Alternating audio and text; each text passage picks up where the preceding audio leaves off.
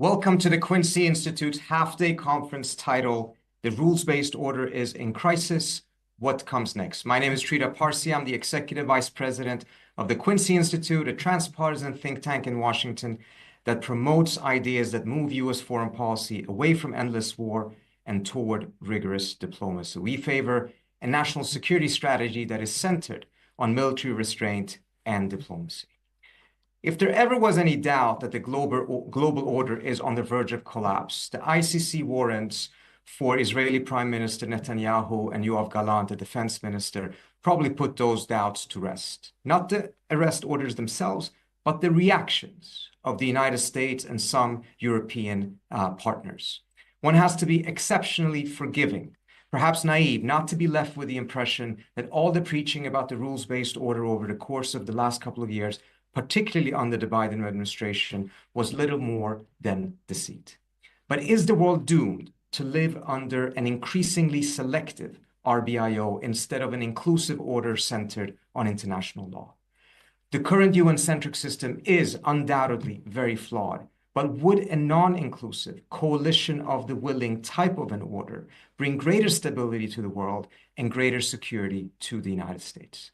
Or does this risk ultimately fracturing the world into different competing orders?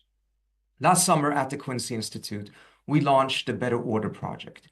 We brought together more than 130 scholars, experts, officials, and former officials from more than 40 countries to collectively develop a package of proposals aimed at stabilizing an international order in transition. We imagined ourselves in the year 2040. We assumed that all current geopolitical trends would have continued apace, but stopped short of actually bringing the world towards a systemic collapse. We assume, for instance, that US-China tensions would continue, but would stop short of actually bringing the two countries into war. The UN Security Council would remain unreformed and as a result become even more out of sync with the realities of today and unfortunately increasingly irrelevant, but it would not lead directly, at least not at that moment, to the collapse of the UN system as a whole. And we assumed that by 2040, the world would have become undeniably post-unipolar. We asked ourselves, given these profound geopolitical and systemic changes, how will countries' perceptions of their own self-interest change? And will those changes unlock new flexibilities that will enable the international community to push through global governance reform that currently remain outside or beyond our political reach? Imagining ourselves in 2040, we produced 20 detailed proposals along 7 variables, ranging from UN Security Council reform to climate security to artificial intelligence, all aimed at making a post-unipolar world more stable and secure. You can read all of the different proposals at betterorderproject.org. Today, we have brought together some of the participants in the Better Order Project, as well as some outside voices, to address both the broader questions about the state of the global order and the specific issues of UN Security Council reform and the deteriorating norms around the use of force, as well as the need for norms and laws around the use of economic sanctions.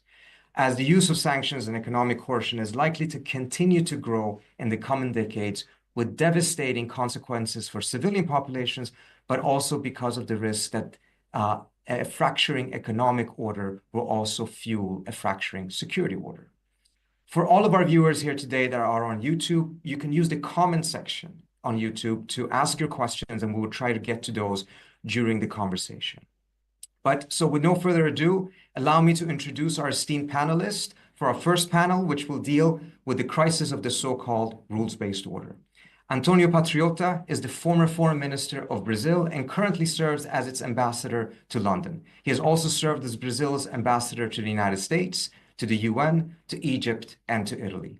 While at the UN, he chaired the 60th and the 61st sessions of the Commission on the Status of Women and the UN Peacebuilding Commission. Asla Bali is a non-resident fellow here at the Quincy Institute and a professor of law at Yale Law School, focusing on public international law, human rights, and comparative constitutional law. Before her academic career, she worked for the United Nations Office of the High Commissioner for Human Rights She currently serves as co-chair of the advisory board for the Middle East Division at the Human Rights Watch, as well as the president of Middle East Studies Association. Michael Mizar is a senior political scientist at the RAND Corporation. Prior to joining RAND, he served as professor of national security strategy and associate dean at the U.S. National War College. He has served as special assistant to the chairman of the Joint Chiefs of Staff, president and CEO of the Stimson Center, and he has written extensively on issues pertaining to global order.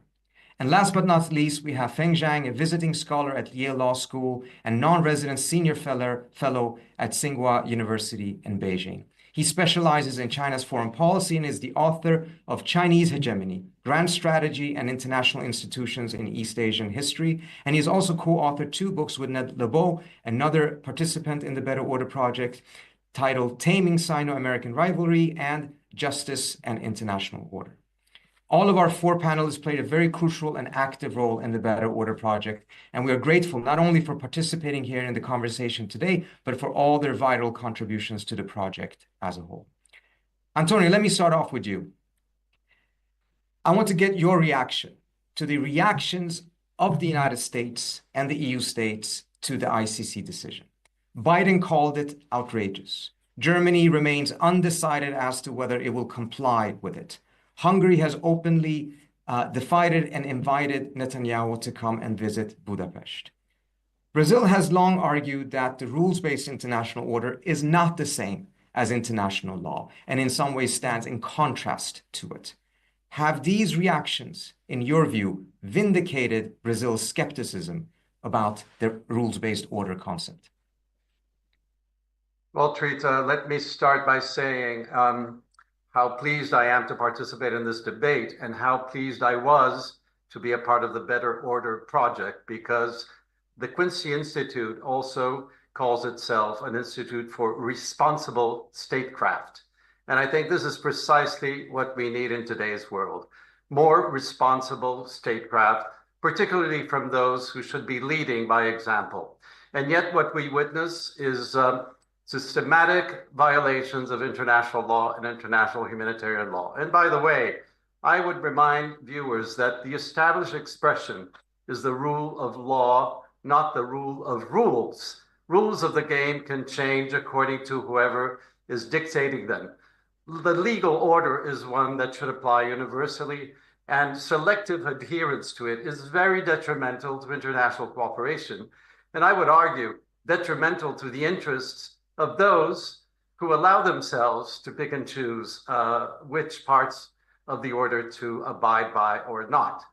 So when you ask me about the reactions to the ICC arrest warrant, I believe that it exposes a situation that has been already to some degree camouflaged by different terminology, a little bit of equivocation here and there. And in that sense, it may not be an entirely negative thing, because we will understand better where exactly do different countries' positions lie. So I would call attention, for example, to the editorial of today's Financial Times, which I was very happy to read, makes a very compelling case for not picking and choosing which aspects of international law that countries should comply with, because this can be very dangerous, can be corrosive, not only of international cooperation, but also the standing of those who subscribe to this kind of behavior. And it seems to me that one initial comment I could make is that the reactions by the US and some others in the West have exposed divisions within the Western camp. Now, is this intended? Is this unintended? I think it weakens the kind of position that the West would like to occupy internationally, and it tends to unite, well, the rest, all of those of us who believe that the international order based on international law, the UN Charter, and let's face it, the tribunals that were created after Yugoslavia, Rwanda, and ultimately the International Criminal Court can be considered a civilizational step forward. We know that big powers like the US, China, Russia, Israel itself, India, have not ratify the Rome Statute. But most other democracies in the world have and are ready to see the benefits of upholding the letter and the spirit in which it was created. So let me just conclude this first reaction by saying that I thought that the G20 in Rio, happens to be my hometown, so I was very pleased it took place there, represented a welcome demonstration of unity around a call to action to reform international global governance. President Lula took the initiative to defend the idea of a review conference of the UN Charter. Subsequently, India and South Africa have aligned themselves with this proposal. This is a proposal that meets with significant support from civil society think tanks, including the Quincy Institute.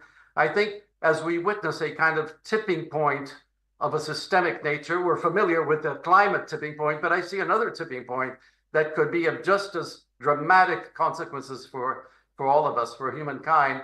We can't just criticize, condemn, denounce. We need to do something about it. So I would really encourage all of those in a position to do so to rally around the defense of the international legal order and recognizing its limitations, so proposing a reform that will eliminate anachronisms, strengthen the bodies we need to strengthen, including Security Council, and maybe map out where some blank spaces need to be fulfilled with new guardrails and disciplines.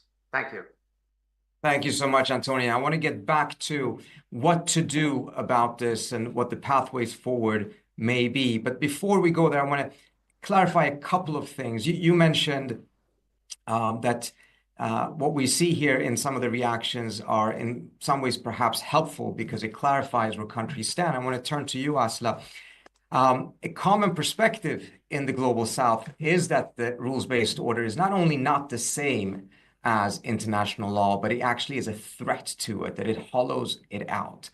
As an expert on international law, how do you assess that interpretation? And if you agree, would you say that the collapse or the crisis of the RBIO actually may be a good thing?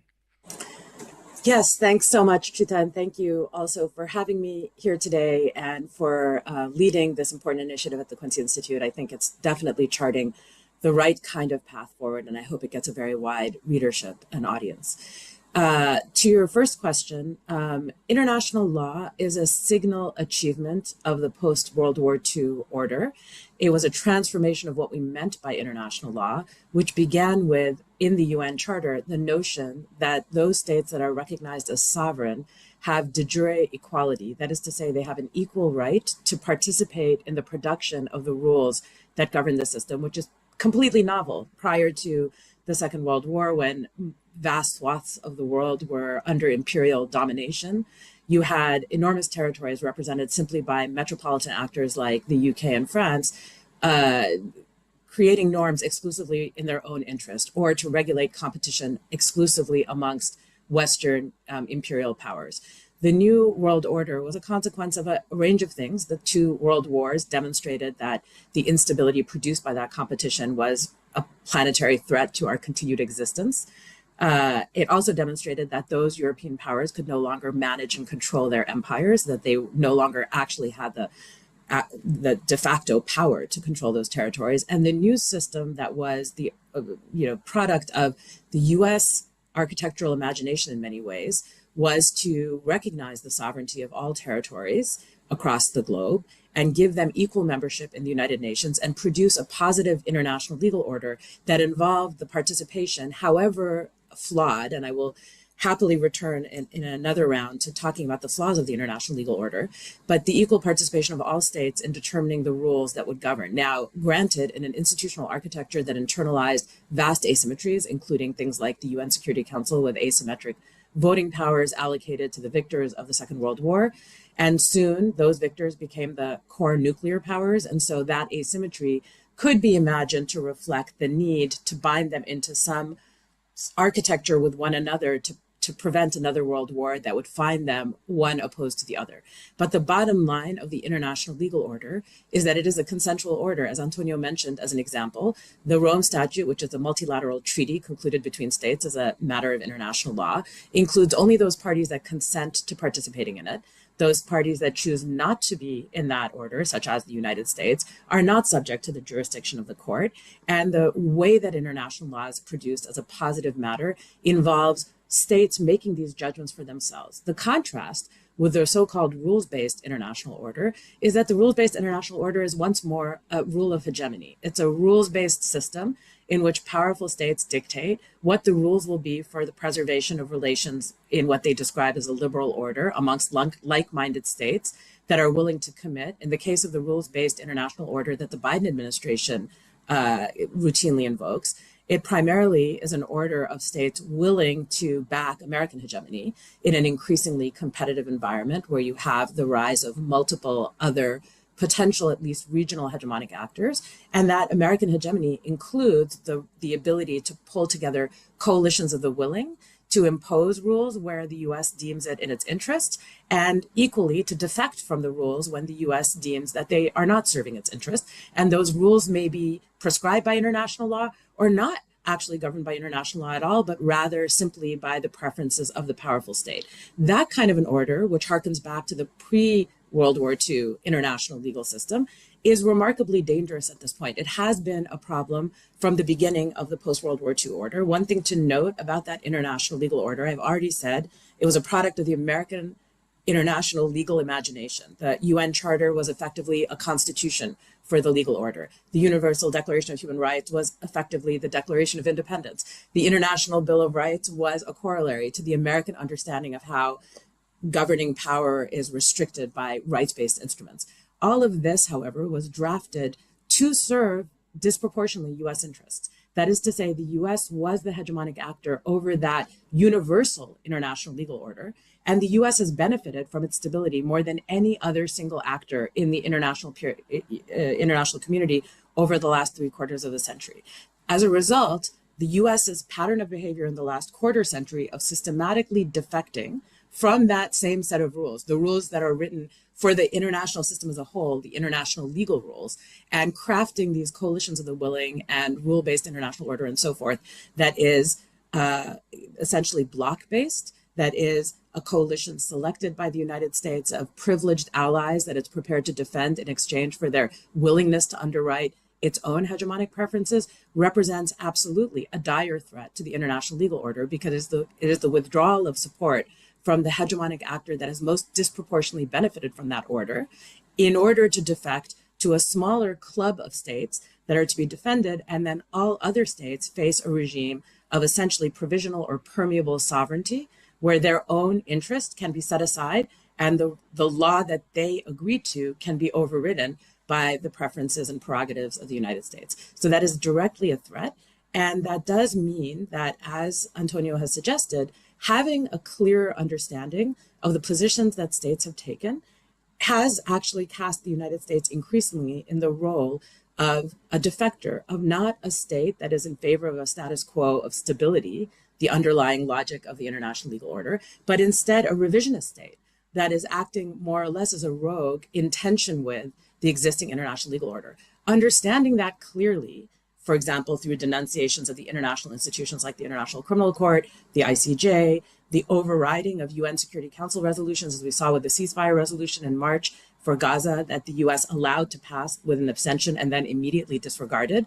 All of this has produced an environment in which the US's legal claims are themselves delegitimized. The US has made clear its own antagonism towards a system that still commands a high degree of legitimacy from the rest of the international community. And the result is evident. For example, you look at UN General Assembly votes and you see how states are voting when it comes to core matters of international security, as with the Israel-Palestine conflict at the moment. And you see them voting in one block, some 180 states taking one set of positions and 8 or 9 states taking the other set of positions, and the United States amongst them. So this has isolated the United States. It has drawn attention to the illegitimacy of the selectiveness with which the US has managed its rule-based international order. And it has created an opportunity to re-legitimize, if you want, and reinscribe support for the existing international legal rules and rejection of the rule-based international order.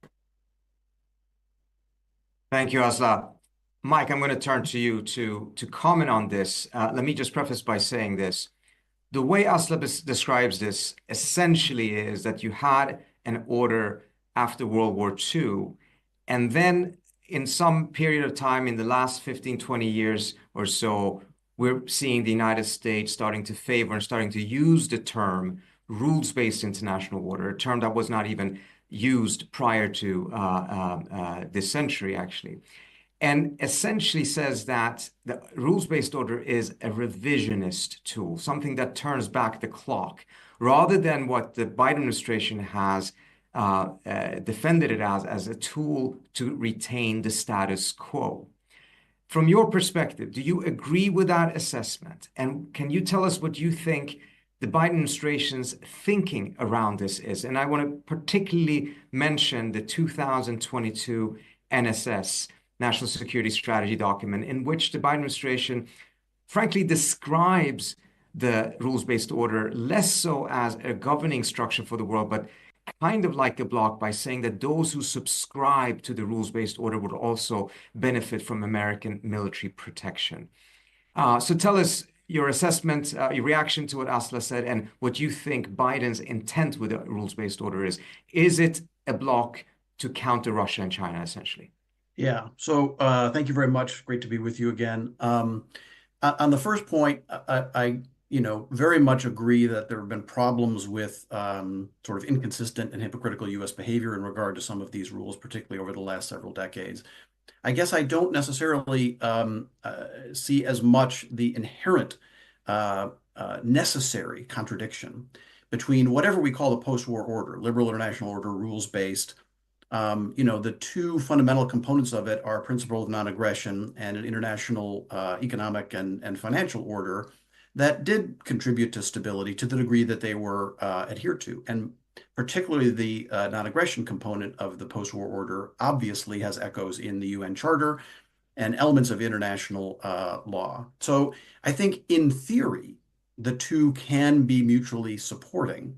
And I believe that that's kind of the Biden administration's sense when they are promoting what they call a rule-based international order, that they believe they are promoting principles that don't contradict, but in fact reflect and theoretically could support elements of international law. Two problems arise. One is, it is absolutely true that from the beginning, the United States as a great power has chosen times and places when it simply disregarded those principles and acted in its own mind in service of other principles of international law or the order, but in ways that simply exempted itself from having to follow those rules.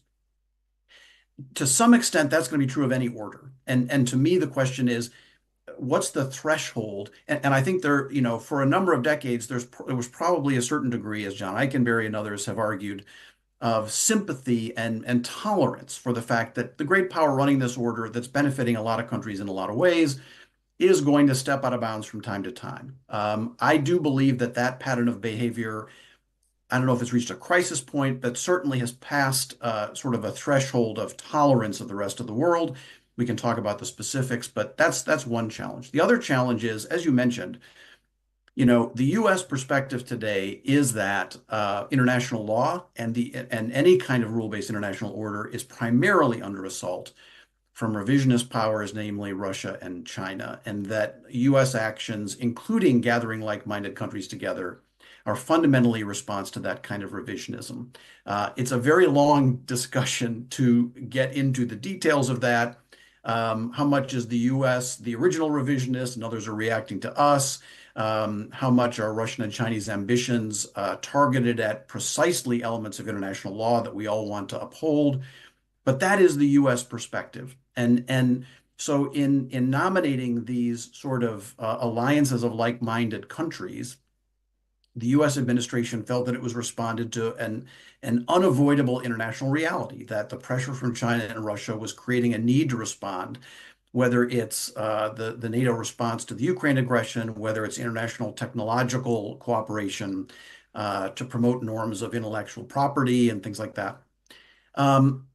the challenge for us now, and where I think the work of this project is so important, is preventing that line of thinking from getting completely out of control and contributing, along with, I have to say, actions by China and Russia, to driving the world into these blocks that fragment any hope for a shared, non-discriminatory international order. I really believe that I think, and part of actually the spirit of our work was we are moving in the direction of a more multilateral, mosaic-like combination of elements of international ordering.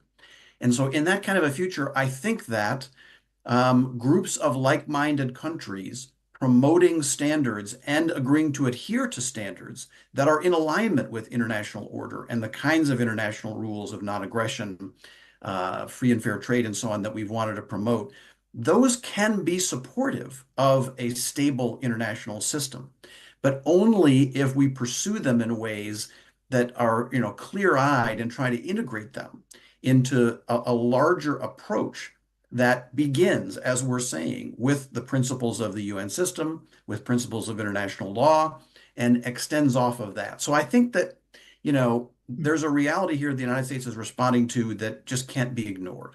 There are violations of international law going on in Europe, in Asia, that are not caused by the United States. But the way in which the United States deals with that, do we drive in the direction of, as we're talking about, trying to re-legitimize an international system that begins with the UN system and international law? Or do we decide that that's all in the rearview mirror and we're now just trying to put together bespoke coalitions to promote US interests on specific issues? That's the judgment for us today. I think the Biden administration senior officials would say, we were trying to do that, to do something that still strengthens a coherent international system. But it's clear that the United States as an actor, across administrations is going to have to think carefully about, its level of respect for key values if it wants to remain legitimate as the leader of this kind of a process. Thanks so much, Mike. And you raise several excellent points. I want to get Fang in on this to respond as well. But let me just ask you one clarifying question. I strongly agree with you that there is a possibility, as long as these things are centered and building off of international law, that there still can be a way out of here. But what is the need for a rules-based order if it is, at the end of the day, centered on international law? Why not, in the face of Russian and Chinese violations of international law, just reinvest in international law rather than these other constructs that introduce so many different contradictions? So I guess that it's a great question, and and we talked about those sort of issues in this project. It requires kind of a conceptual investigation to answer, because again, I feel like folks in the State Department today might say, look, the rules we have in mind for are on aggression, for example, and on coercion, are grounded very much in the conception of the UN Charter and international law that relates to the use of force. So there's a significant overlap between what I would think of as the post-war order and the UN system and the international legal regime. There is no question that there are some US demands and actions that are not in that space of overlap, right?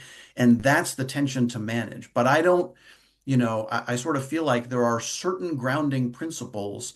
What most US officials and analysts think of, from my perspective, as the post-war order begins with the UN system and extends from it.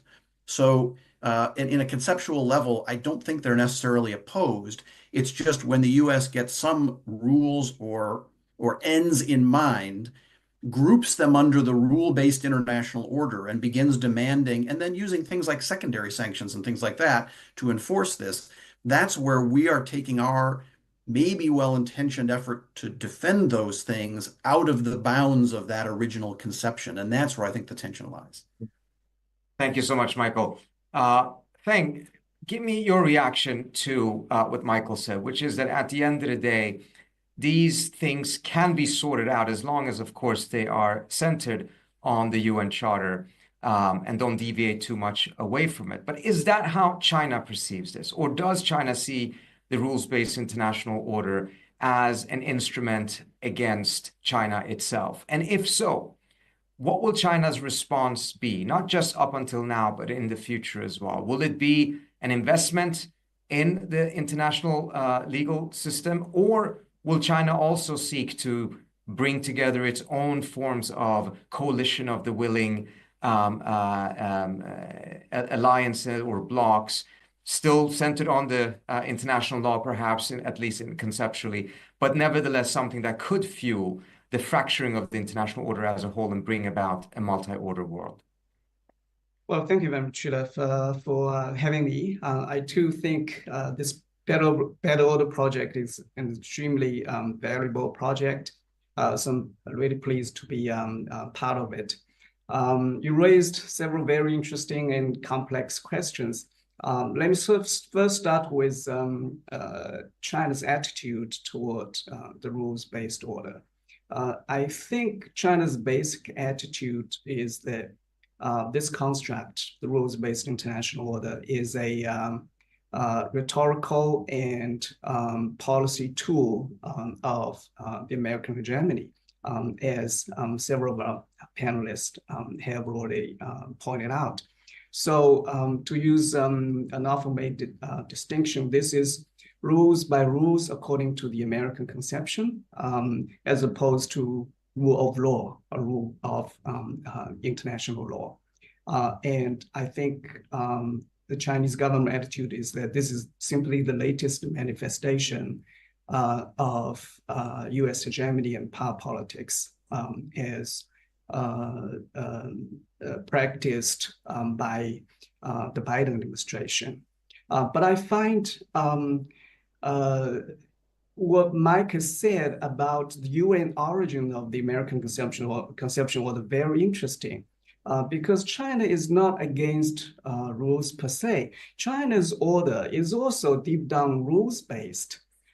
It's just that China's conception of rules are rules that reflect the UN Charter and other principles and norms that reflect the spirit of the United Nations. So, if looking back historically in the post-war period, I think you can find a common origin in the Chinese and American conception of order. But it is fascinating how far the two countries have diverged as of now in understanding international order. So if you look at Chinese leaders' statements, they'll always say there's only one international order, and that is the international order centered on the United Nations. And there is only one set of legitimate international rules, and those are the rules that reflect the UN Charter, UN institutions, and the norms espoused by those UN institutions. And also, in terms of specific principles, China lays emphasis on two major principles. One is equality. So, mutual respect, mutual equality is always what China emphasizes in global governance. And the second major principle China emphasizes is justice. And I think the emphasis China has laid on these two principles has a lot to do with its modern history, because it sees itself as having been a victim of Western hegemony since the 19th century. So it sees it still identifies itself as part of the developing world or the global South. I think in global governance forums, it very much wants to promote equality and justice. And as to your question, what China might do in the future, if we look back, perhaps over the past decade, I would say China has basically adopted a two-pronged strategy. One is to promote reform within the system, inside the system. To start with the United Nations and then other multilateral institutions. And then perhaps more notable, and certainly more notable, from Western perspective, is how China has been trying to modify and reform the system from outside of some of the prevailing current institutions. The major example, of course, are AIIB, the Asian Infrastructure Investment Bank, and then the BRICS, the Shanghai Cooperation Organization, and other regional institutions, especially in Asia. So I expect China will continue to push for reforms both inside the system as well as outside the system. Thank you. Thank you so much, Fang. And I want to move on to a couple of other issues, but I want to give Michael a quick chance to, if you could give a reaction, because on the surface of it, China saying that they want to invest in international law, help reform the UN system, it really doesn't sound particularly objectionable. But from an American perspective, I'm sure the devil is in the detail. What is the US challenge with the Chinese approach, in your opinion? To the UN in particular? Or towards global order as well. Yeah. Well, I mean, look, one of the obviously we're sort of talking about this. The background challenge of any international order is it's got to reflect the interests and ambitions of the great powers of the time. There isn't an independent force that will constrain that. And the United States sees China doing what the United States was doing in the early part of the formation of this order, which is promoting its influence and its interest through the institutions of the order, through principles of the order. And that's logical and natural to a certain degree with a rising power. But the U.S. view in general, of course, these days is extremely suspicious of any Chinese efforts to achieve greater influence, shift the rules of any international organizations, international processes, because it's perceived as a grab for power.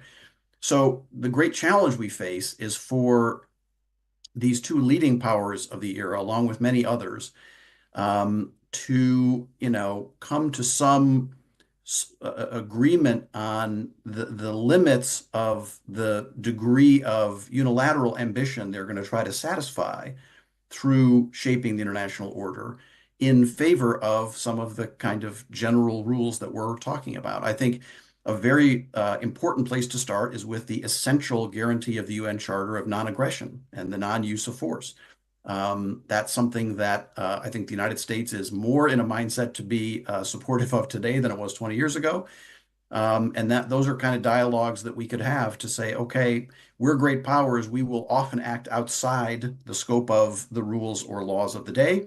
But can we agree to, a very strong endorsement and a willingness to restrain our power in certain ways? So, the U.S.-China situation today, obviously, the status of relations is very poor. And any hope of building joint approaches to a shared order is very challenging these days because each side views the other in a zero-sum sense of trying to achieve power through the mechanisms of this order. And we're going to have to, find a way through that to get the kind of future that we're talking about. Thank you. Mike, you mentioned earlier on that you don't necessarily see any inherent problems, but as these concepts have evolved, some contradictions have been introduced. One of them appears to be a tendency to separate countries based on whether they're democracies or not. A lot of the defense, for instance, or rejection of the ICC ruling against Israel is to make the argument that the ICC shouldn't really apply to Israel because Israel is a democracy. I want to turn this to Asla and Antonio. Concepts of that kind, if those are introduced and given a central position within any effort to create some sort of an international security architecture or order, how will that play out in your assessments? Why don't we start with you, Antonio? Thank you. Well, as a diplomat representing a democracy, in my case, one that's been under assault by, and you probably followed what happened last week in Brazil. So I think I'm entitled to say that we have a strong commitment to democracy. but we also have a commitment to the democratization of international relations. And there's a principle that applies domestically, which we believe should apply internationally as well. In a democracy, no one should be above the law, no matter how powerful you are, economically, politically, through inheritance, otherwise. So the same should apply when we are speaking of respect for international law. So when you applaud the International Criminal Court as it issues arrest warrants against the ruler of Russia, but you call it outrageous when the same court pronounces itself on another country, be it a democracy or otherwise, but simply because it's your ally, I think this is highly disruptive and detrimental to the kind of democratization of international order that we would like to see. And if I may just react very briefly to something Mike said about the interest or legitimacy of like-minded countries getting together and trying to establish approaches to international order. Well, of course, there's, I mean, in principle, nothing against that. But I would say that in a democracy, the importance of sitting with those who are not like-minded is maybe the essence of the game. And so internationally, the same principle should apply, which actually I think is one of the arguments in favor of groups such as the G20. It's not a group of like-minded countries. It's a group that is representative of the world economy, or if you're talking about environmental issues, it brings together 85% of greenhouse gas emissions. And this is really what we need, to sit around the table among the non-like-minded, because the like-minded, we know already how they will behave, how they react, how they believe, how they think. And finally, a thought about geopolitics. I believe it's perfectly legitimate to want to make your country great, whether it's again or for the future. We're all in the same, we all defend the same agenda, irrespective of where we come from. But there is one thing that is impossible to do, which is to interfere with historic trends and go back to a previous geopolitical order. So we will not be able to make the world unipolar again or bipolar again. And I think one of the big challenges with today is that two very major actors are nostalgic of previous orders, whereas perhaps one very fundamental power, China, is not necessarily nostalgic. And I would say as an emerging country, Brazil, we're not nostalgic either. We look to a future of cooperative multipolarity or post-hegemonic multipolarity. And this is, I think, a powerful sentiment that will not be defeated by other attempts at going back in time. Thank you. Thank you, Antonio. Asa, I want to bring you in on that question as well. I'll just come in very quickly to say the challenge and the reason I describe the US as at times acting as a revisionist power now is because first, it is confronted with an international order and architecture in which other states can also express their ambitions, as Antonio just said, as Mike acknowledged, and yet it's unwilling to tolerate that within the international institutional architecture. And so the fact that, for example, China is able to use existing international organizational fora to advance its perspective and its interpretations of rules is viewed as itself intrinsically illegitimate. It's not illegitimate, right? This is exactly what the architecture is built for, to channel the competitive influences of powerful states into the institutional architecture of the international order, rather than having them selectively opt out of it, which of course then produces a danger of real global conflict. I also just want to note that the US, in the two domains in which Mike named the most important achievements, and I agree entirely with his account of it, of the international order, that is the non-aggression rules and the stabilization of economic, financial, and monetary order in the international system, the United States is increasingly acting as a spoiler. It is presiding over a system in which a very serious threat to global international peace and security is unfolding in the Middle East, and there is simply no permission from the United States for any international response to it. And when the remaining international institutions that maintain some degree of independence from great power influence, the international courts, seek to shape the understanding under international law of the relationship of that conflict to precisely that core rule of non-aggression, along with a set of other very important peremptory norms like the prohibition on genocide, they are repudiated by the United States. On the other side, with respect to economic, financial, monetary order, the United States has single-handedly crippled our existing world trade structure. And the United States, through its use of secondary sanctions, but also through the use of its own jurisdiction, has repeatedly forced states into sovereign default.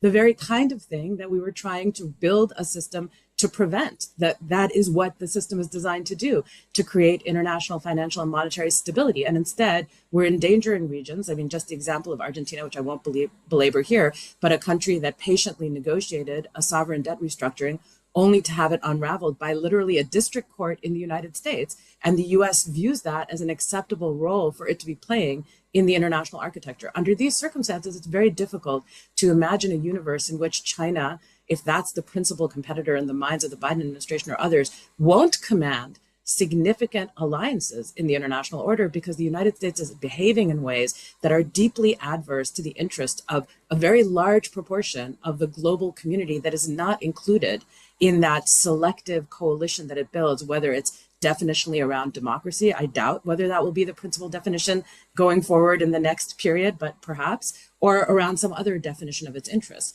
When you exclude large swaths of the world, you impose de facto policies they deeply disagree with, you export your foreign policy preferences through secondary sanctions, you're not just acting unilaterally, you're not just acting in ways that are in tension with the order, you're actually acting in a way that deeply destabilizes the existing international architecture. Thank you so much, Aslan. And one of the consequences that we have talked about here, if this trend continues, and if this trend then in one way or another is also then replicated by other states, is that we actually will move towards some sort of a multi-order world, meaning very different from what existed during the Cold War, in which despite two different orders, there was nevertheless a super order above that both sides agreed upon. They recognized the authority of the Security Council. There was one set of international law that was created after the Second World War, but that we may now move towards a system in which there will be different sets, competing sets of rules, not just competing interpretations of law. I think there is an inherent reaction to that, and that would be negative. And I want to throw this out to Fang and to Mike, but there's also arguments that, you know, historically, the world actually has been multi-order for most of its history. This is an argument that Shivshankar Menon, India's former national security advisor, has advanced, and also a participant in the Better Order project. Can you give me a reaction to that and say, you know, as much as we may not want to see it right now, is it really that nightmare scenario, or is it just a return to normalcy? Why don't we start with you, Fang? You are on mute, Fang. Yeah, really interesting question. Especially if we go back to history. You know, my first book is about international order in East Asian history, and this is also often being talked about by scholars as well, increasingly practitioners, as the order based on the so-called China's tribute system. This is an order where China was at the center of East Asia, receiving deference from its neighboring polities in exchange. It provided material as well as symbolic benefits to its neighbors. But I don't think that kind of order can be resurrected in contemporary East Asia. Although I think you can probably make an argument, I think a lot of people inside China are in fact making this argument, that East Asia with China as a preeminent power is not going to be, you know, bad in any kind of intrinsic way, as opposed to the East Asia dominated by the United States.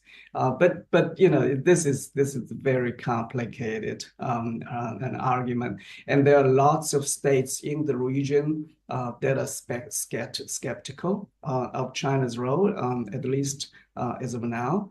And one of the persistent worries, I guess, especially from states in Southeast Asia, that China wants to make hierarchy, because the old Chinese order, the so-called triple system-based order, is a hierarchical order. And they worry that China might want to make hierarchy a normative order again in East Asia. I just want to quickly go back to something that Mike has said. This is to do with the restraint or the self-restraint of great powers. I think this is very important. Self-restraint is going to be very, very important for both the United States and China, especially as they go forward in negotiating, along with other states, a new stable international order. To me, international law is really about, one of the major functions of international law is about imposing constraints on great power behavior. And that demands self-restraint from those great powers. And I think one of the, perhaps a better way to deal with this problem is really to try a sector-focused approach rather than a systemic context. I see the U.S. rules-based order construct as presenting a systemic context between the United States and China and a few other states. What if we focus on sectoral issues, say, technology or even the South China Sea, and, revising sector-specific rules under a broader set of international rules, norms, institutions, guided by universally acknowledged and agreed to international law. That's more manageable, and that might help prevent the kind of geopolitical rivalry that we're all worried about that's taking place between China and the U.S. Michael. Yeah, so I think the answer to your question in terms of a multipolar world is we may be going into really an unprecedented kind of environment, which is the requirement for a combination of universal standards and efforts, and an inevitably growing degree of sort of a mosaic pattern of an order with different groups pursuing different issues in different ways. I think part of the challenge is that the world we're going into is not, all of the sort of international structuring things we're talking about obviously are built on the sort of ideological currents and the nature of social and economic systems. And, with sort of the relative decline of neoliberalism, the search on the part of many countries for new approaches to trade, to promoting the, domestic health of their economies and societies. There's all this ferment going on within countries. And that is, apart from any policies of the United States, a major, I think, impelling factor of what we're seeing in the world today. And the result is that you've got countries that are settling into very different value systems politically, different approaches to domestic economic things that are going to require flexibility in universal rules. Getting back to like the idea of embedded liberalism, where you had countries in the early phases of the post-war order with more opportunity to shape trade policy to protect workers and environmental laws and things like that. So there's an inevitable fracturing going on that's going to lead to various kinds of like-minded groups pursuing goals and interests in different areas. But we also have these global problems of not only issues of aggression, but these global challenges that we face of climate and pandemics and all the rest that require, and we've had a post-war era that creates the opportunity, as we've all been talking about, to create global international law that governs the actions of states. Managing that tension, I think, is the overriding need in these issues. And the United States, if it wants to continue to lead, has to approach that with more humility and willingness, as Antonio, for example, was talking about, to be open to the voices of many other countries than it has been. But I'm not sure that, we've seen this kind of an era before, where you have such a profound institutionalized global order or set of laws combined with global threats that require collective action.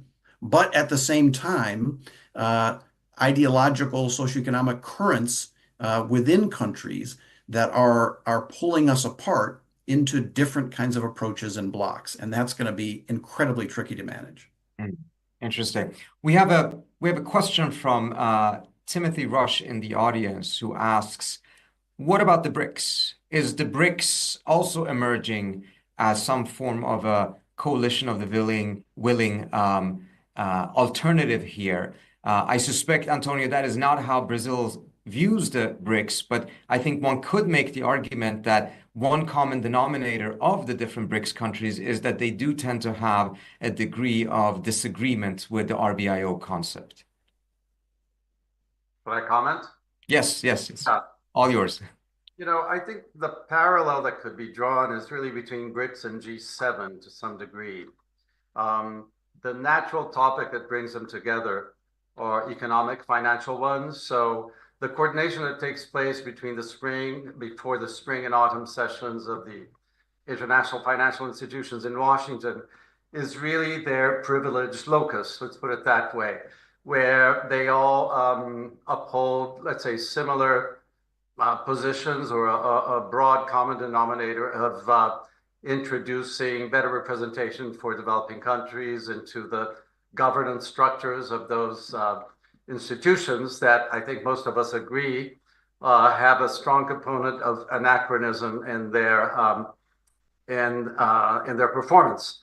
It's practically impossible to reach agreement within BRICS on issues such as peace and security, human rights. The differences are really irreconcilable. Within the BRICS, there's a smaller group of 3 democracies from the South, India, Brazil, South Africa, that are reaching some degree of agreement even on peace, security, and governance beyond the economic field. And I'll give you the example of the review conference of the Charter that I mentioned before. Last week in Rio, India and South Africa joined Brazil in calling for this review. So, there's several configurations here at play, and I think it would be a mistake to present the BRICS as a coalition of any kind of the willing, certainly not a defense alliance or even remotely so. Thank you, Antonio. I want to move the conversation towards solutions, but before I do, let me throw something in that perhaps complicates the situation even further, and that is that we have mostly discussed this from the standpoint of what the Biden administration has done, and they dramatically increased the usage of the term RBIO, particularly after Russia's illegal invasion of Ukraine. They almost stopped using it after Gaza, incidentally. But the Trump administration never used the term even once, to the best of my knowledge, and there's no indications that they will do going forward either. Nor did they show much of regard or interest in these institutions in the multilateral system. How does the Trump administration's entrance into power in January change, or perhaps not change, this situation and your read of the situation? Why don't I start with you, Asla? Yeah, thanks so much. I would think of the Trump administration primarily as an accelerant of many of the dynamics we've just been discussing. The Trump administration, at least at present, as we understand what its cabinet and composition might look like, includes someone who's been, nominated to be the ambassador to the United Nations, who believes that the organization should not exist. Secretary of Defense who thinks that NATO and the United Nations should not exist. The Geneva Conventions should be overridden. So under these circumstances, you have a degree of opposition to both existing international legal constraint, any really conception of constraint, and an understanding that's pretty much oppositional to the one that Antonio described of how one may make one state great again within a kind of cooperative, coordinated arrangement through which, the international community has to come to some basic understandings and agreements about how to manage the global common threats that we all face. The prospects for the United States leading such an effort are very low, I think, for the next 4 years. Of course, as we all know, the Trump administration or Donald Trump himself is unpredictable. It's conceivable that he takes a different path, at least on some of the positions that they have expressed to date. For those who follow particular conflicts closely, they project that the Ukraine war might end as a consequence of the U.S. withdrawal of a margin of support or quantum of support. that the Israeli war might accelerate it or might become a war of annexation. I mean, there are a number of scenarios that one can spin out about the actual immediate consequences. But I think long term, as I say, it's primarily going to be an accelerant that causes an effect that you, I think, named in one of your opening comments, Trita, which is to really cause the rest to coalesce with one another.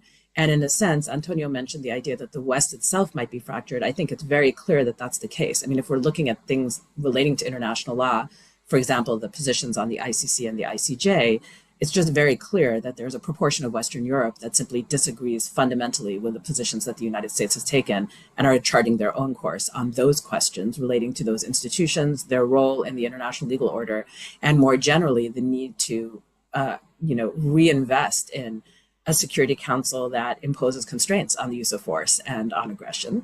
I think we'll probably see all of that continue to accelerate. So I think in a way, it depends on where you sit, whether you think this might be salutary or not. There is a conceivable universe in which a better order like the one that you have proposed and that the Quincy Institute has overseen might be coming into view precisely because other states have an incentive to align together to shore up the possibility of international systemic cooperation against a backdrop in which the United States fully defects from that model. Very interesting. I want to get a quick reaction from Fang and Antonio as well. Do you agree that at the end of the day, what the Trump administration represents is not a fundamental break, but more of an accelerant of existing trends? And I assume the trend that Asla is referring to here is a revisionist trend that is hollowing out the international system. You first, Fang. Oh, I very much agree with Asla on this. And also going back to something that Asla said earlier, given how Biden administration's policies has been a threat to international law and international order more broadly. If you think about this, it's quite striking that how little inroad China has made actually in revising the parts of international law and the international order that has been most severely damaged by U.S. policy. But looking forward, the Trump administration, I think China is more, with respect to the Trump administration, China is probably not primarily thinking about revising international order to its favor. It's a kind of grand international order project. I think it's more focused on the stability of the bilateral relationship. It's very focused on assessing whether the second Trump administration presents more of a threat or more of perhaps some kind of opportunity, and it will be focused on a few key issues, especially trade and Taiwan. So be very focused on those issues of that it regards will be critical to the bilateral relationship in the next 4 years. And it'll be very, you will also focus very much on how to stabilize, keep its own economy growing. The economy has been on downward trajectory recently, and you'll factor into the ramifications of any Trump administration policy for China's own development.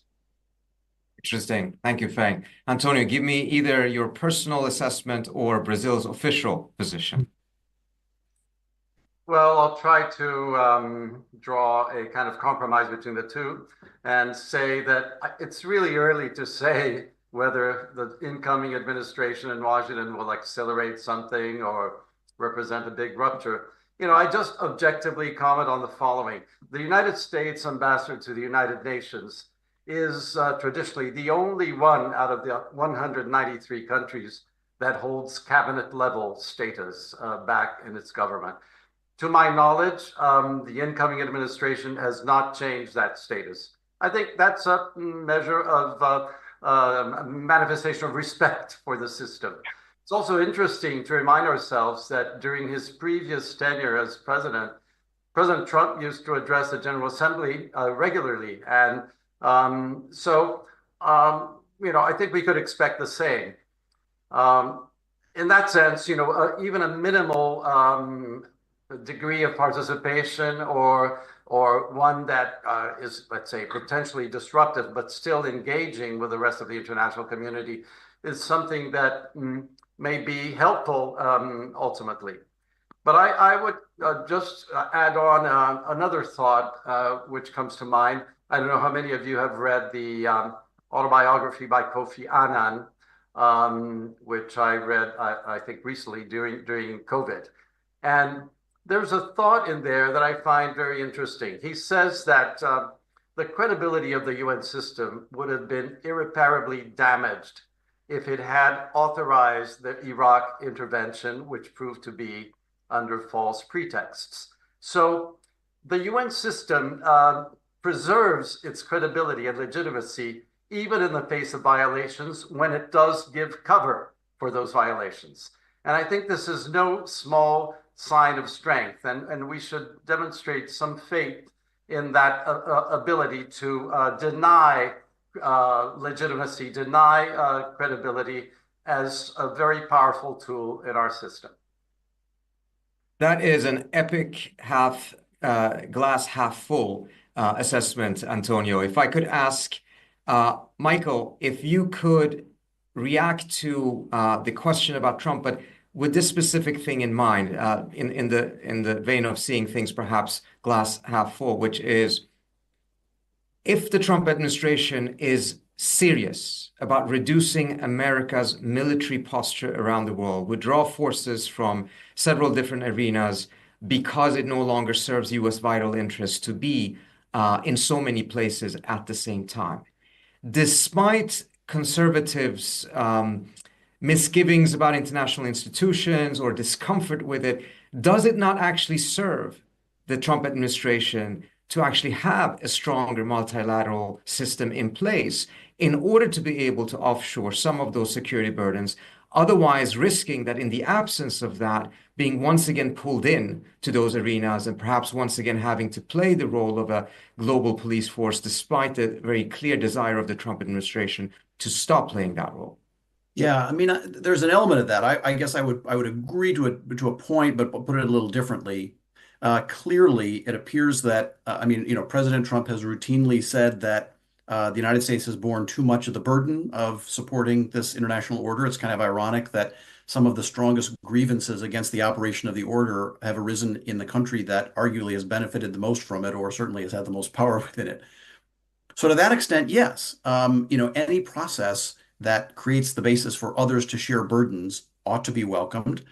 But I would think that hopefully, of course, there's a number of folks that are likely to be senior members of the administration who simply don't agree with the idea that the United States should withdraw significantly from many regions of the world. I would hope that maybe a broader argument could be made, which is that a revised U.S. approach to leading a more inclusive order is ultimately the way to preserve most American influence in the world. And for those interested in preserving that influence, for those who believe that the U.S. role as a counterweight to other major powers is important, that is the route to maintaining credibility and legitimacy. And the beginnings of an agenda, such as on the UN reform piece that the report lays out, U.S. support for things like that could be part of a strategy that could leave the United States much better positioned to lead the world in coming years. So to me, I'm not sure if that argument will resonate, but in theory it could. And that's my glass half full interpretation. Very good. Thank you so much, Michael. Let me then turn, we only have a couple of minutes left, but let me turn to potential solutions. We have a question from a Global South diplomat in the audience who asks about what can be done to make sure that, let me find the question, one second. What can be done to make sure that the distinction between the RBIO and international law is not just a matter of semantics or of academic debate, but rather has concrete policy implications? And within that, I would just ask, is it too late? Have we already passed the Rubicon? Or is there still a possibility, despite the increase in conflict that we're seeing, an increase in skepticism about international institutions, is it still possible to return to a stronger international law system that ultimately serves all countries, particularly the great powers themselves. I want to start off with Antonio on that and go to all of you to give a quick reaction to that. Well, I can answer for my country. We're certainly very committed to preserving and reforming and insisting on the long-term viability of the existing order. This doesn't mean we are not aware of the threats to it and the threat that represents a multi-order kind of environment, which is one of the reasons I find the report of the Better Order Project is really worth reading. And I hope it reaches a wide audience because it provides a yellow light of alert, but also some hope and some pragmatic ideas and solutions to move forward in the right direction. So I would also add the following. When I see the movement around the world among youth groups, civil society, etc., at the different conferences that deal with climate, biodiversity, to save the planet, etc., I can see that there's a very strong current of public opinion that is in favor of international cooperation to deal with one of the defining challenges of our time. So I would like to see the same kind of mobilization internationally to try to uphold the existing order, the existing system based on international law. And I believe that civil society, academia, individuals, strong private sector interests around the world could really play the media, a very significant role in this regard.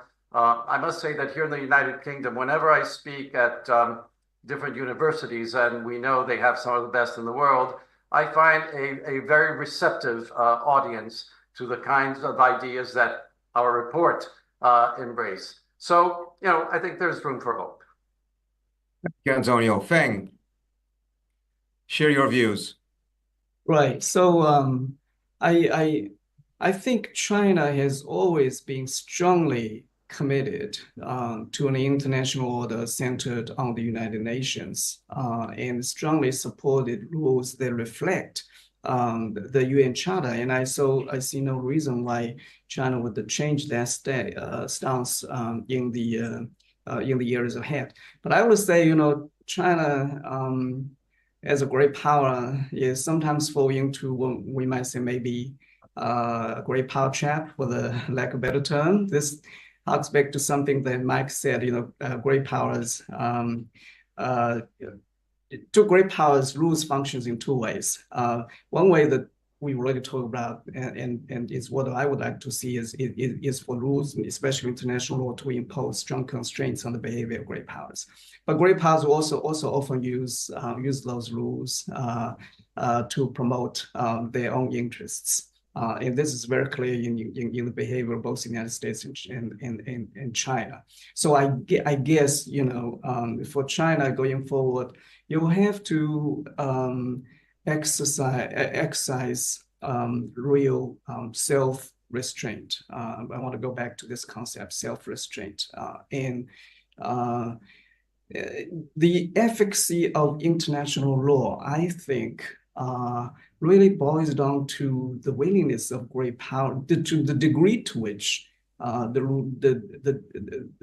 dominant great powers will be able to exercise their self-restraint. And this is very clear in the case of the United States. If the US doesn't want to exercise self-restraint, we've seen this in the behavior of the Biden administration, the behavior of the previous Trump administration, then international law will be powerless in many areas.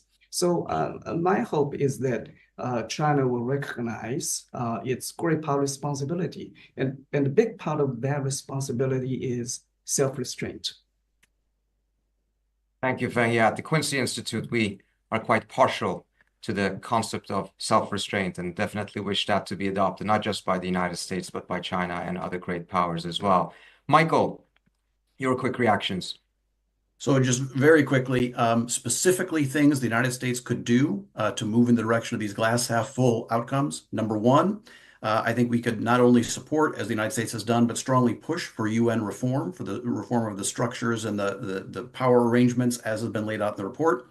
Number two, I think the United States could make you could have a clear presidential declaration that we will respect the UN Charter on the use of force, and the United States will not unilaterally use force outside of the response to direct aggression. So defending our treaty allies unconditionally, yes.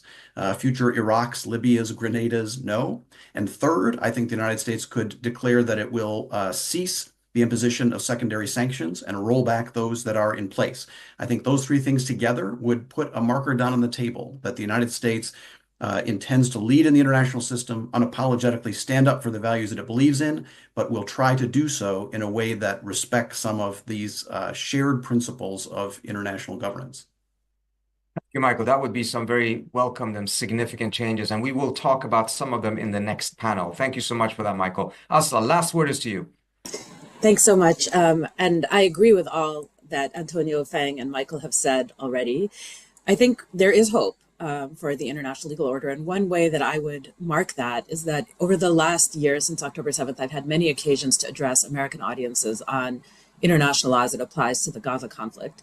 And very often I'm asked questions about whether the UN has become irrelevant, illegitimate, et cetera. And that to me is very striking because the reception everywhere else in the world is exactly the opposite of that. That is, there's a distortion of being in the United States, being in the heart of empire, essentially, in which we're told constantly by the media and others that international law has failed, international law is not succeeding. But I want to subscribe to the Kofi Annan version that Antonio described, which is that it is precisely in the fact that the United Nations has stood up in this moment, that its institutions, including its courts, but also the General Assembly, as an expression of essentially world revulsion at this kind of selective enforcement of the rules, that we see a willingness globally to actually coalesce around the idea of international order. This is an order that was, again, authored by the United States and has, by and large, really primarily benefited the United States while also benefiting much of the rest of the world. But the United States has had an enormous degree of ability to project its own strength through this order. The fact that the rest of the world is willing to continue to subscribe to these rules and to this architecture and seek to shore it up at a time when the United States is defecting is itself, I think, a source of optimism and hope in its own way. And I think is the reason that something like the Better Order Project has a prospect for, first of all, a positive audience reaction beyond the United States, and also perhaps the ability to persuade some policymakers in the United States. Fantastic. Thank you so much, Asla, Antonio, Fang, and Michael. This has been a fascinating conversation. We will continue it. Deeply appreciate all your comments and all your contributions to the project, and look forward to chatting with you all soon. We will now continue the program, but there will first be an intermission of about, at this point, 13 minutes. After that, we will come back, and our next panel will be dealing with economic coercion and military force, taming unilateralism in a changing world. And we will have a panel together with Natalie Tocci, Moeed Youssef, and Fyodor Lukyanov. See you all in about 12, 13 minutes. Thank you so much. Yeah.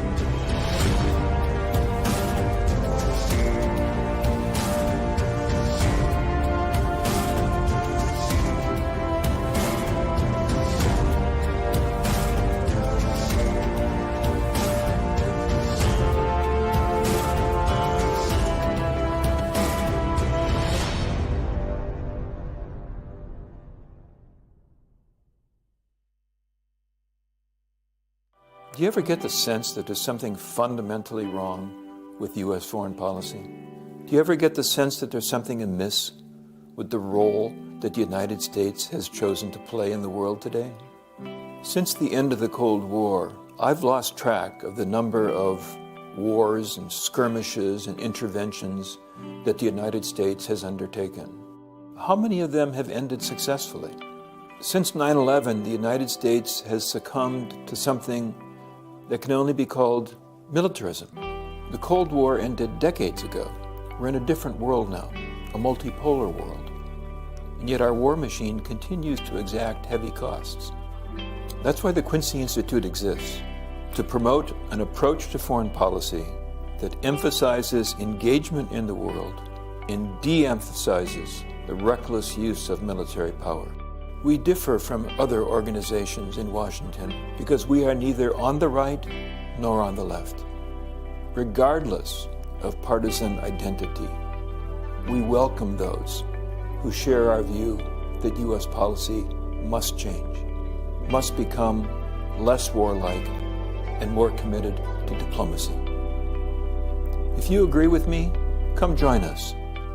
Come join the Quincy Institute as we set out to change U.S. foreign policy.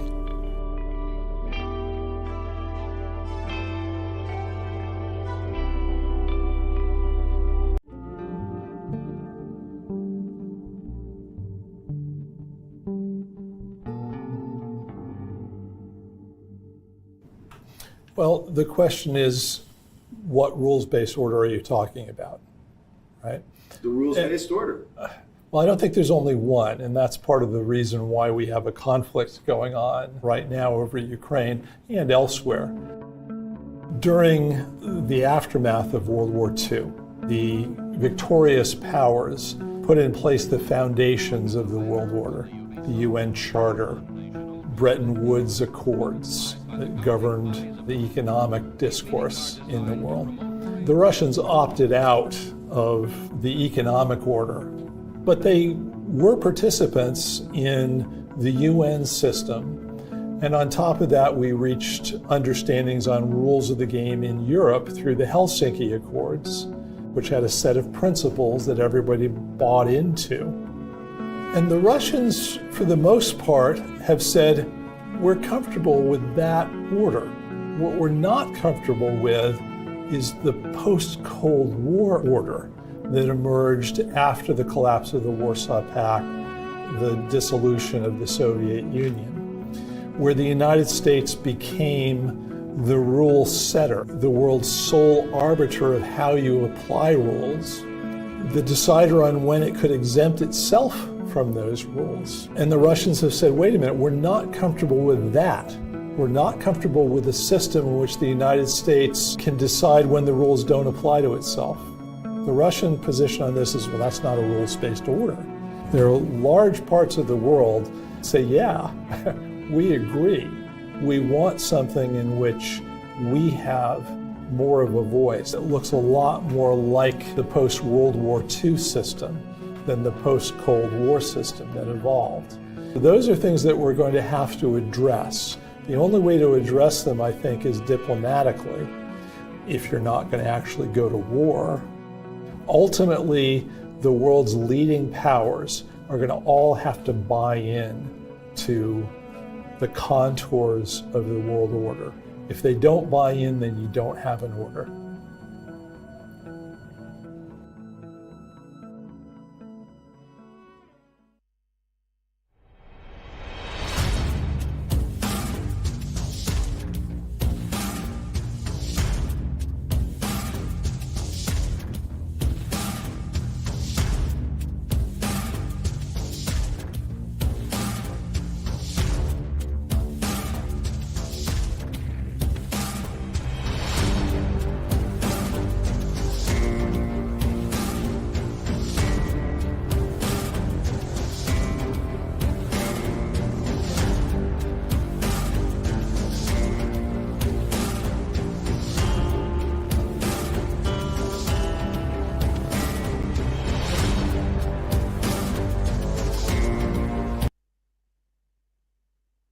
Welcome back to the Quincy Institute's half-day conference on the crisis of the rules-based international order. For our second panel, we're going to be focusing on some of the work that the Better Order Project did in terms of addressing the norms around the use of force, as well as the manner in which the growth of economic sanctions may contribute to a bifurcated economic order that can then fuel a bifurcated security order.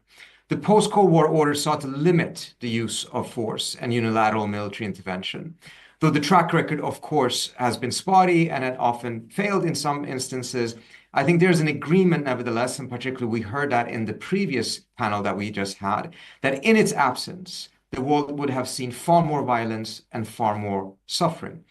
It did far less, however, to curtail the civilian suffering caused by economic sanctions, a tool that has grown exponentially in the past 3 decades, with financial and secondary sanctions being especially noteworthy. The humanitarian consequences of these varying forms of unilateralism have been significant.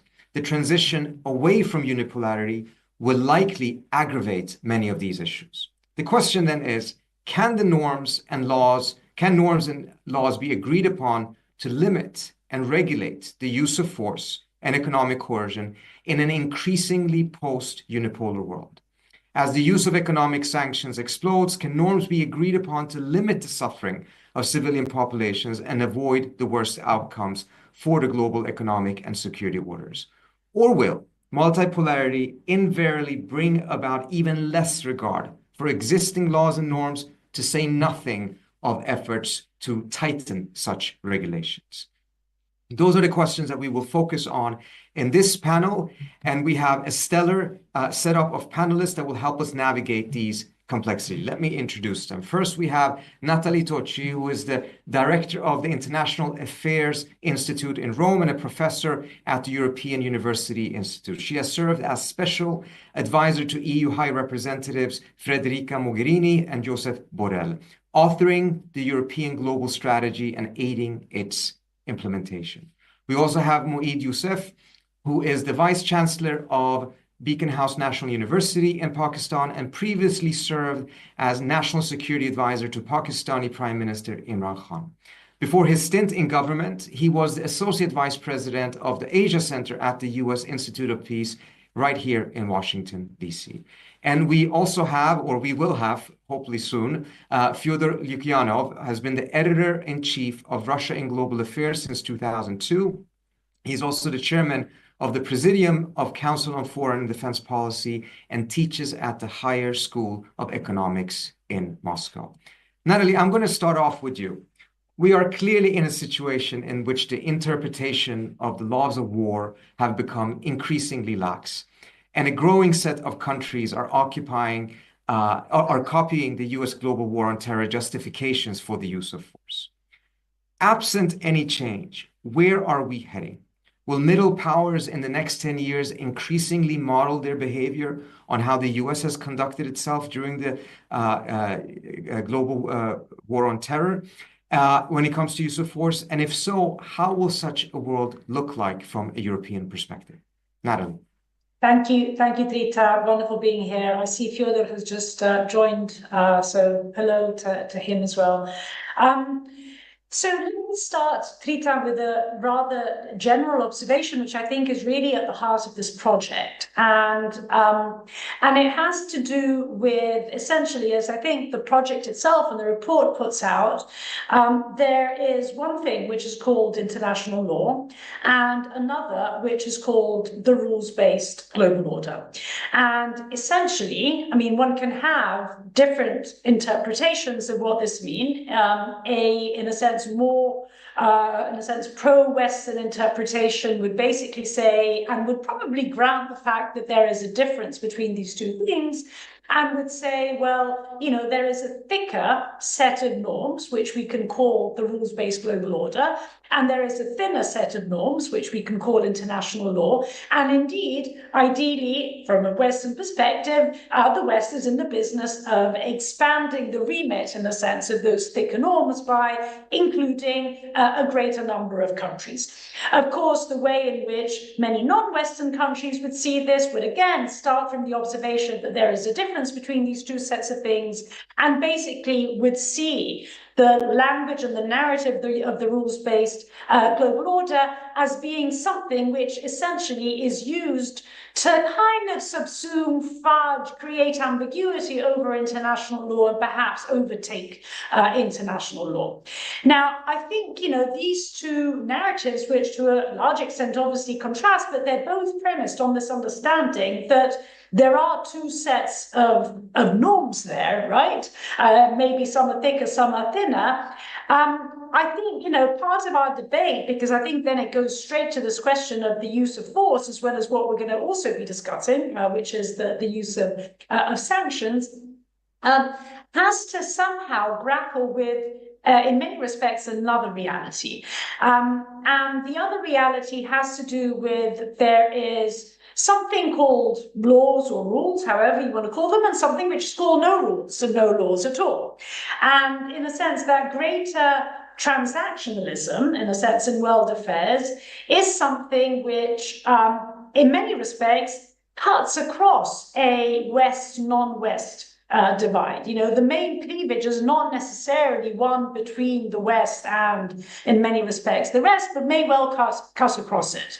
In many ways, I think, when this project was conceived, and of course it was, during the years of the Biden administration in the US, which in many respects was in this business, how can I put it, of concentric circles, right? Of kind of understanding the gradual expansion of those norms, the thickening, in a sense, of those norms, slightly, starting maybe with small nuclei, like the G7, and then, in a sense, exporting them to the G20 and onwards.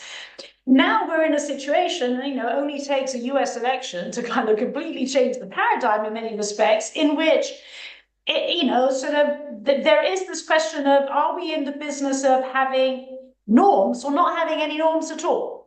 And it is not just because of, obviously, what we're probably going to see a greater propensity by the United States to fall into the camp of growing transactionalism, but, and here comes the point that I think you were raising about middle powers, there is a growing propensity of those middle powers to understand international relations in an extremely transactional way. And so I think, a kind of question underpinning this conversation is exactly what cleavage are we talking about, right? Because we may not necessarily be talking about the same kind of cleavage as we thought we were talking about when this project was conceived. Now, coming on to the questions of both the use of force and the use of sanctions, I think, the report rightly puts forward the distinction between, there are some cases in which a norm exists and the problem has to do with the enforcement of that norm, and this obviously has to do with the question of the use of force. And there are other instances in which the problem is that there is no such norm, and this has to do, in many respects, not so much with the use of sanctions as such, but in particular with the use of extraterritorial sanctions. And so it becomes a question of how to regulate that particular practice. I think the report puts forward the extremely important proposal, which is essentially kind of boils down to, it is of fundamental importance that we don't stretch the meaning of self-defense essentially to legitimize pretty much anything, right? And incidentally, the two wars that are going on, both in Ukraine and, of course, the wars in the Middle East, particularly in Gaza and in Lebanon, really have to do with this stretching of the concept of security and of self-defense, essentially to kind of, legitimize occupations, annexations, so on and so forth. So I think, extremely important to regulate not so much the norm itself, but the enforcement of that norm. And, the proposal put forward that, has to do with, well, hey, it's either that state that asks you to intervene, if there is a non-state actor which is, delegitimizing it, or there has to be a UN Security Council resolution. Obviously, it's a proposal that's not going to solve all cases, but certainly would go some way towards a better enforcement of that norm. So, use of force.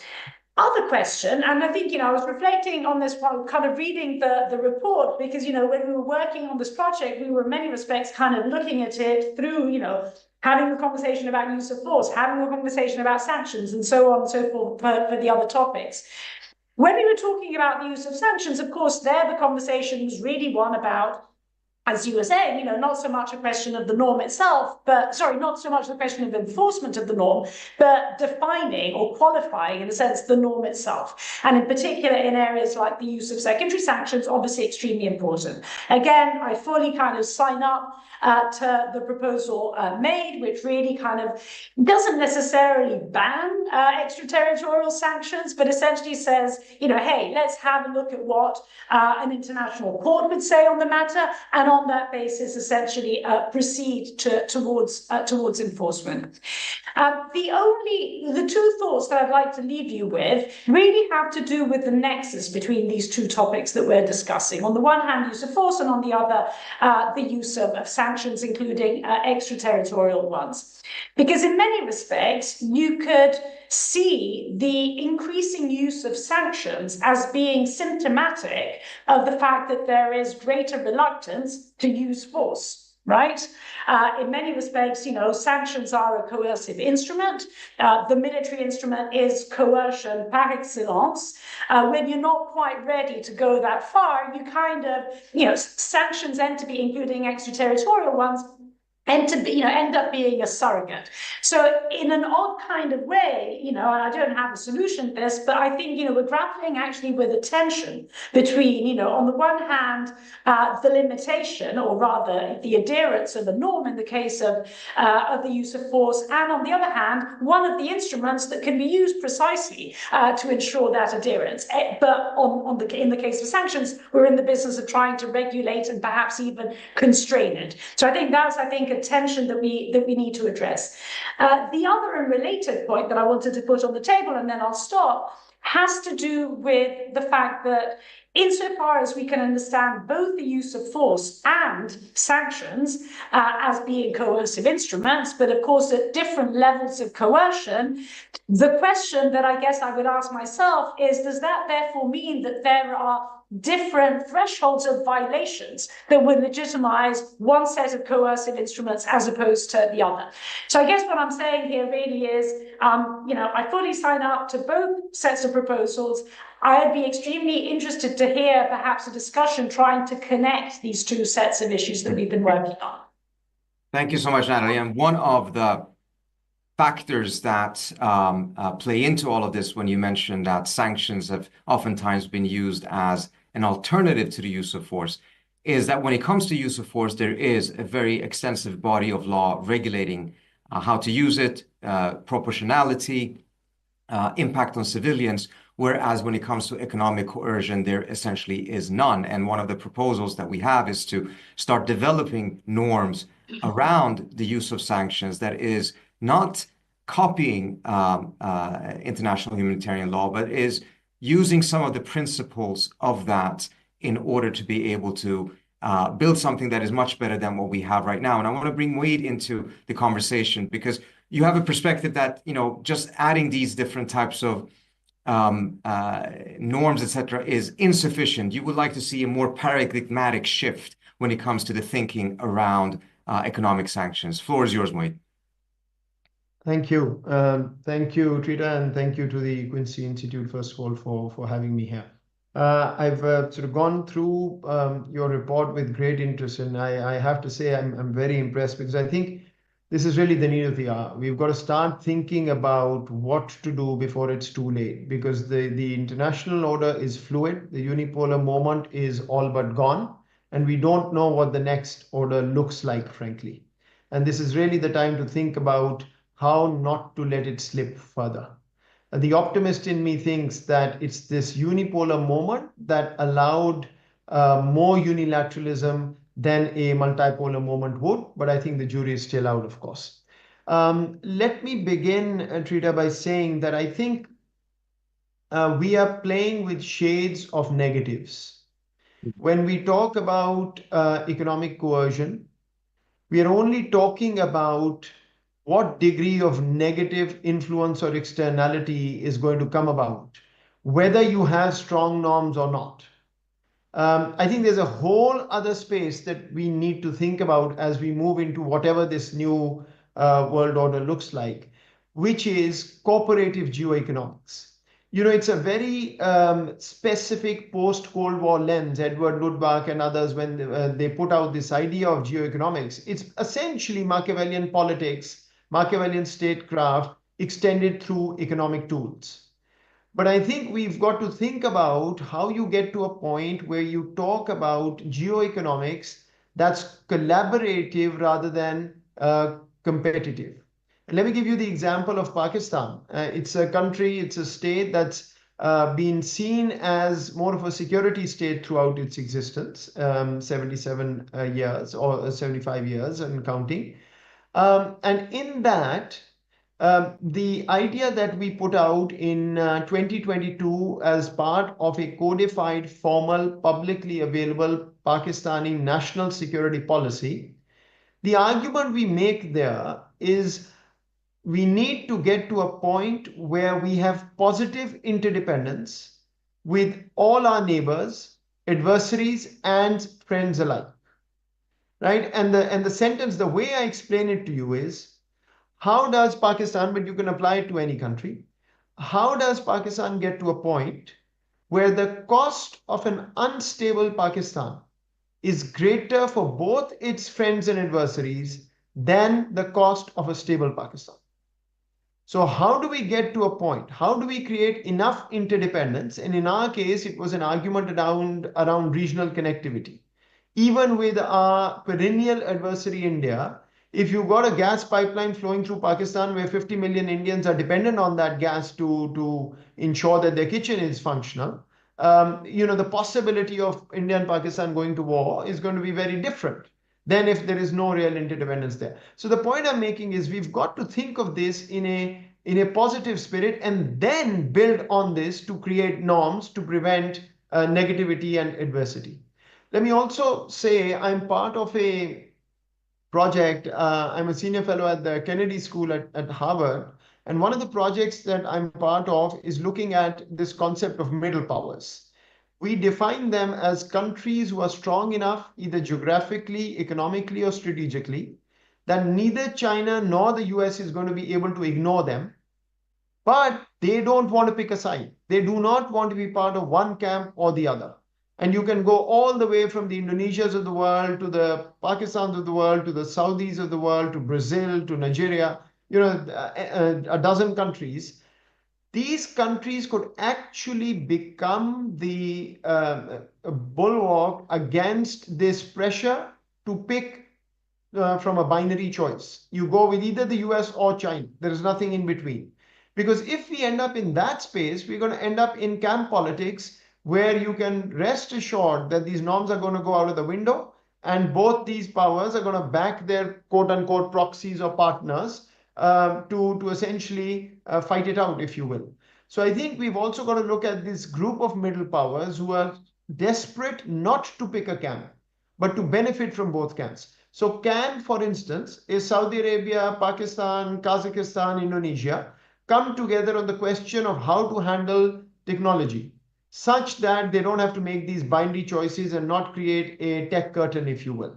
Can a Brazil and a South Africa and a UAE come together on the issue of climate? I'm just making this up, but come together on the issue of climate to say, how do we create a more equitable, fair, and just mechanism for climate governance in the world, etc. Now, if you create norms next to these, even to prevent coercion, I think you've got a good chance of ending up somewhere where it's acceptable to all.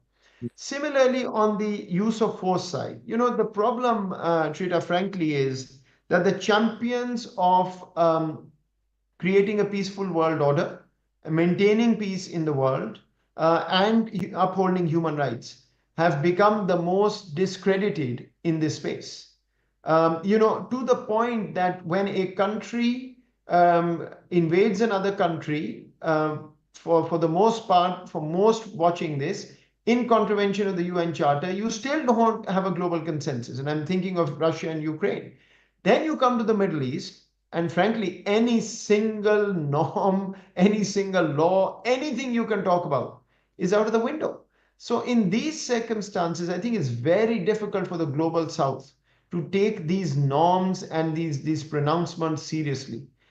This will only happen if action reflects whatever norms we create. So while I'm completely on board with the idea of norms, some of your suggestions, for instance, a US-China bilateral agreement on the coercion part, I mean, it's crucial because these two countries are going to matter more than anybody else. But similarly, on the use of force, unless the champions of this conversation actually behave in certain ways that reinforce these norms, I'm afraid the UN is going to remain impotent, and it's going to be very, very difficult for the global South to take this seriously. Those are excellent points, Moeed. And I think part of the calculation behind some of these proposals is that, as you know, we put ourselves in the year 2040 and try to imagine what the world would look like then. And recognizing that in that type of a undeniably post-unipolar world, there suddenly would be an emergence of interest, even in the great powers, to make sure that these norms actually become stronger because they need them to bind the other great powers. A reality that will not be in place in a unipolar world, but in a post-unipolar world, whether it's bipolar, multipolar, or a variation of it, then suddenly you would have great powers suddenly also have those interests. But that requires that these norms survive these next 10, 15 years, which right now looks very dangerous. And then I want to turn it to Fyodor and put you on the spot a little bit because on the one hand, Russia does view itself as a victim in many ways, but Russia's own conduct, including statements about changing its nuclear doctrine, from the Russian perspective, I'm sure they've seen that as a defensive measure given everything that is happening. But reality is that is also hollowing out nuclear norms globally.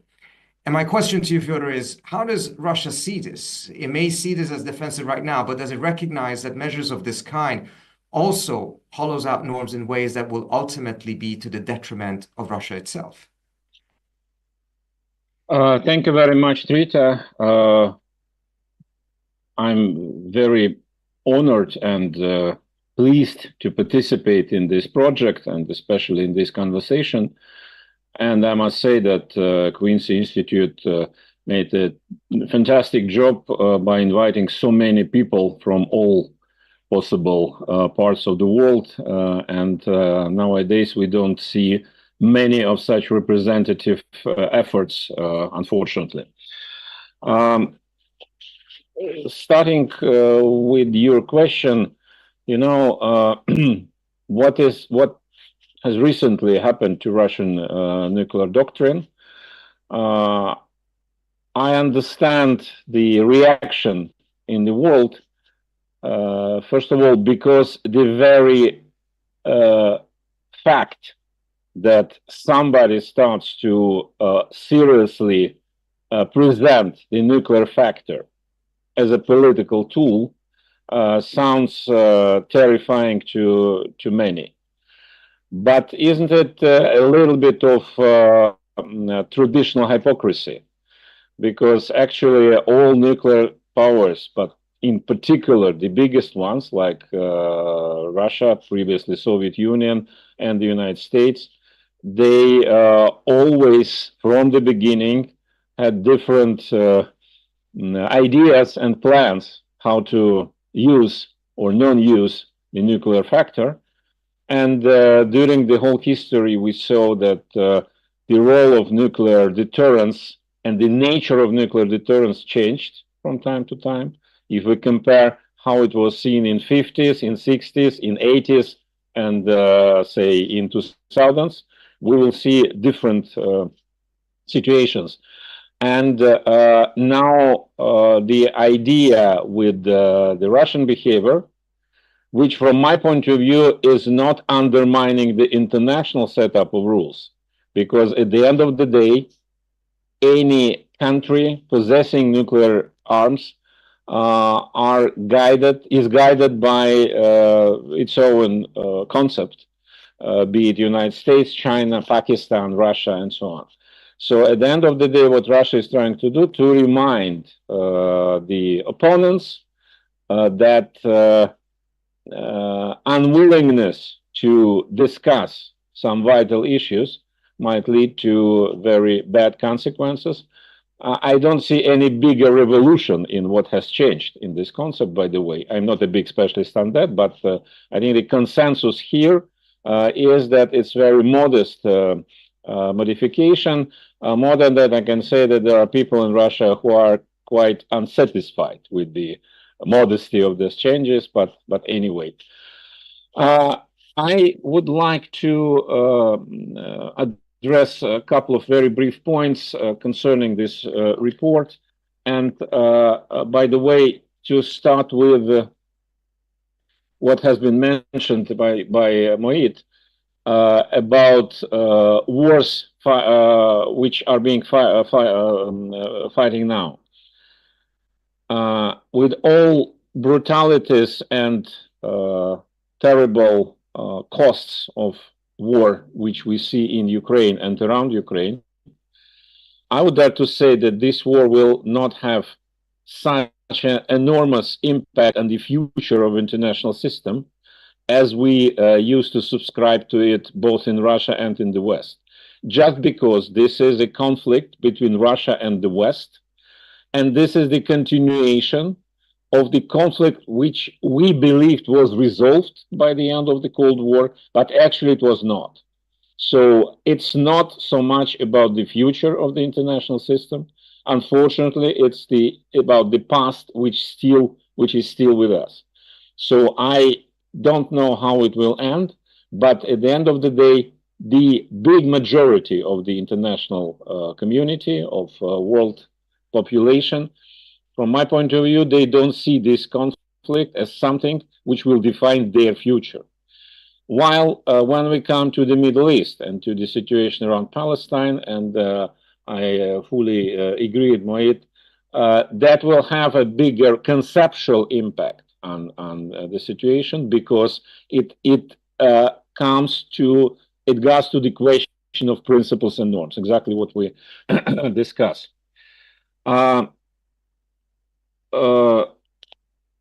The important point in this report about the controversy between international law and rules-based international order, it's very interesting to read. It's very important to discuss, but I would dare to say that this controversy is rather, if not irrelevant, but at least not that important as it can look like.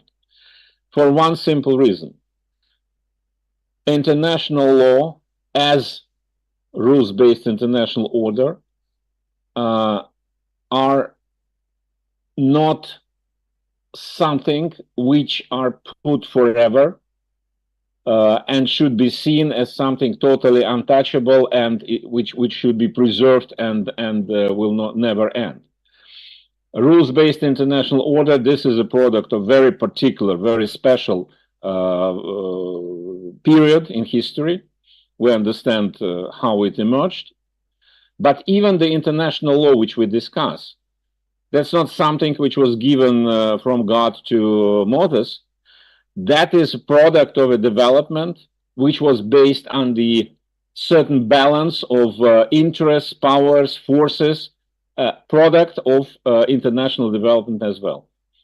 And that will change because everything is changing at the same time. I don't mean that we need to abandon international law, God forbid. But we should not see this international law as something absolutely untouchable. And that should be adapted, and that should be, all changes should be taken into account. Why I think that this controversy between international law and rules-based international order is not that important, because the real challenge is not about that. The real challenge is not which kind of international system will prevail, rather something else. Any order will exist, or probably not at all. This issue is being touched in the report, but I would probably say it slightly differently. It seems that the whole logic of the international development leads us towards much less regulated system, not because of particular behavior of particular countries, be it United States, Russia, China, Iran, whoever. This is because the diversification and, I would say, emancipation of the international system is happening each year, each month probably now, it's very quickly. And those who play a role, those countries who has impact on the international system, are now much more numerous than before. I don't know how many we can discuss, but at least 20, 25 countries, big powers, middle-sized powers, even some minor powers, they have impact on the international development. It was not the case before. And when if we try to create an order, traditional sense order, in this international environment, I don't think we will succeed, because order requires balance. How you will balance such a system with 25 or 30 important actors of completely different kind, of completely different caliber. So I think that this is the much bigger challenge coming than behavior of some concrete countries. Secondly, I would use the notion which Natalie should know very well, and which is not being used here in Russia. This is the notion of subsidiarity, which is the basic principle of the European Union. I think that we are moving towards a system where problems should be solved, discussed, and solved on the lowest possible level, involving those who are directly touched by this problem. Not the global solution for any, for example, regional conflict, but those who are directly involved and those who have direct interest in this, they should be involved in the solution, but not those who have ideas but are not directly there. Then we have the important part of this report is about international humanitarian law, and I think that we need to stress it over and over again, how important it is, because whatever reasons for conflicts are, we need to preserve the humanitarian international law. The problem which I think emerged not recently, but it started much earlier with the international humanitarian law, and which partially at least undermined the very idea, was a mix up of two things: international humanitarian law, which by default should be depoliticized, de-ideological, and the whole idea about liberal understanding of human rights.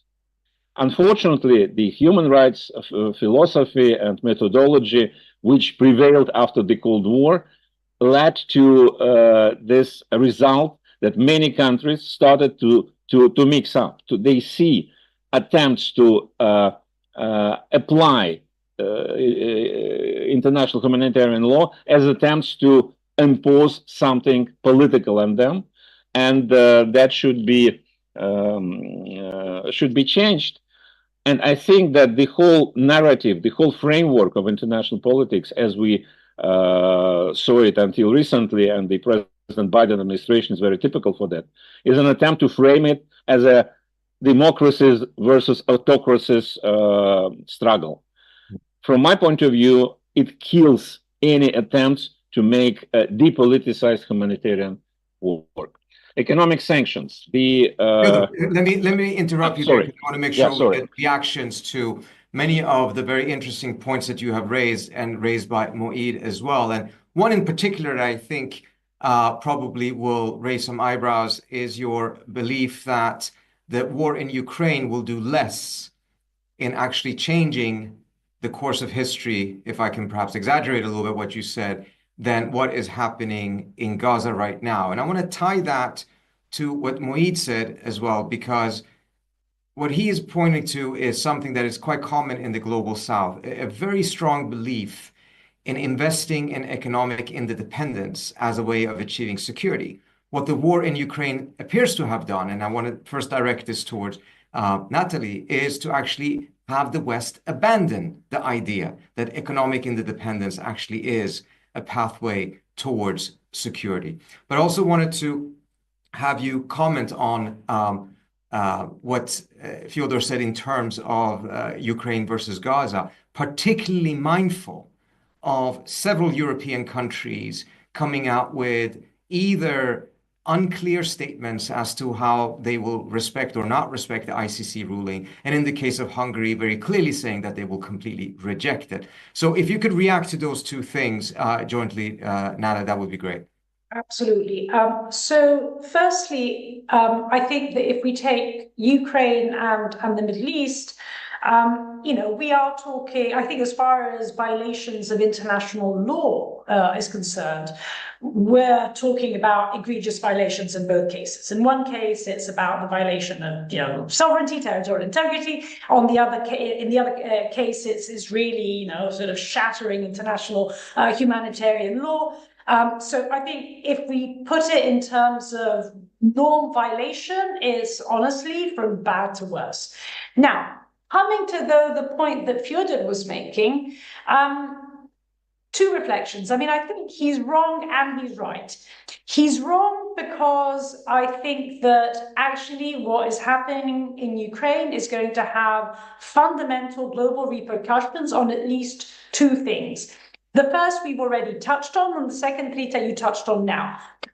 The first is precisely that of nuclear proliferation. Now, Fyodor is absolutely right that the change that has happened in Russia's nuclear doctrine is not a revolutionary change. I mean, Russia, on the one hand, always actually saw, in a sense, a continuum between the conventional and the non-conventional realms in warfare.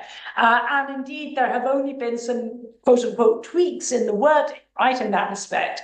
However, given that this is happening at a time in which, essentially there has been the transformation in many respects from nuclear deterrence to nuclear blackmail, I think this is basically part of what has been going on. And it has been, let's face it, a very effective weapon, that threat that Russia has made.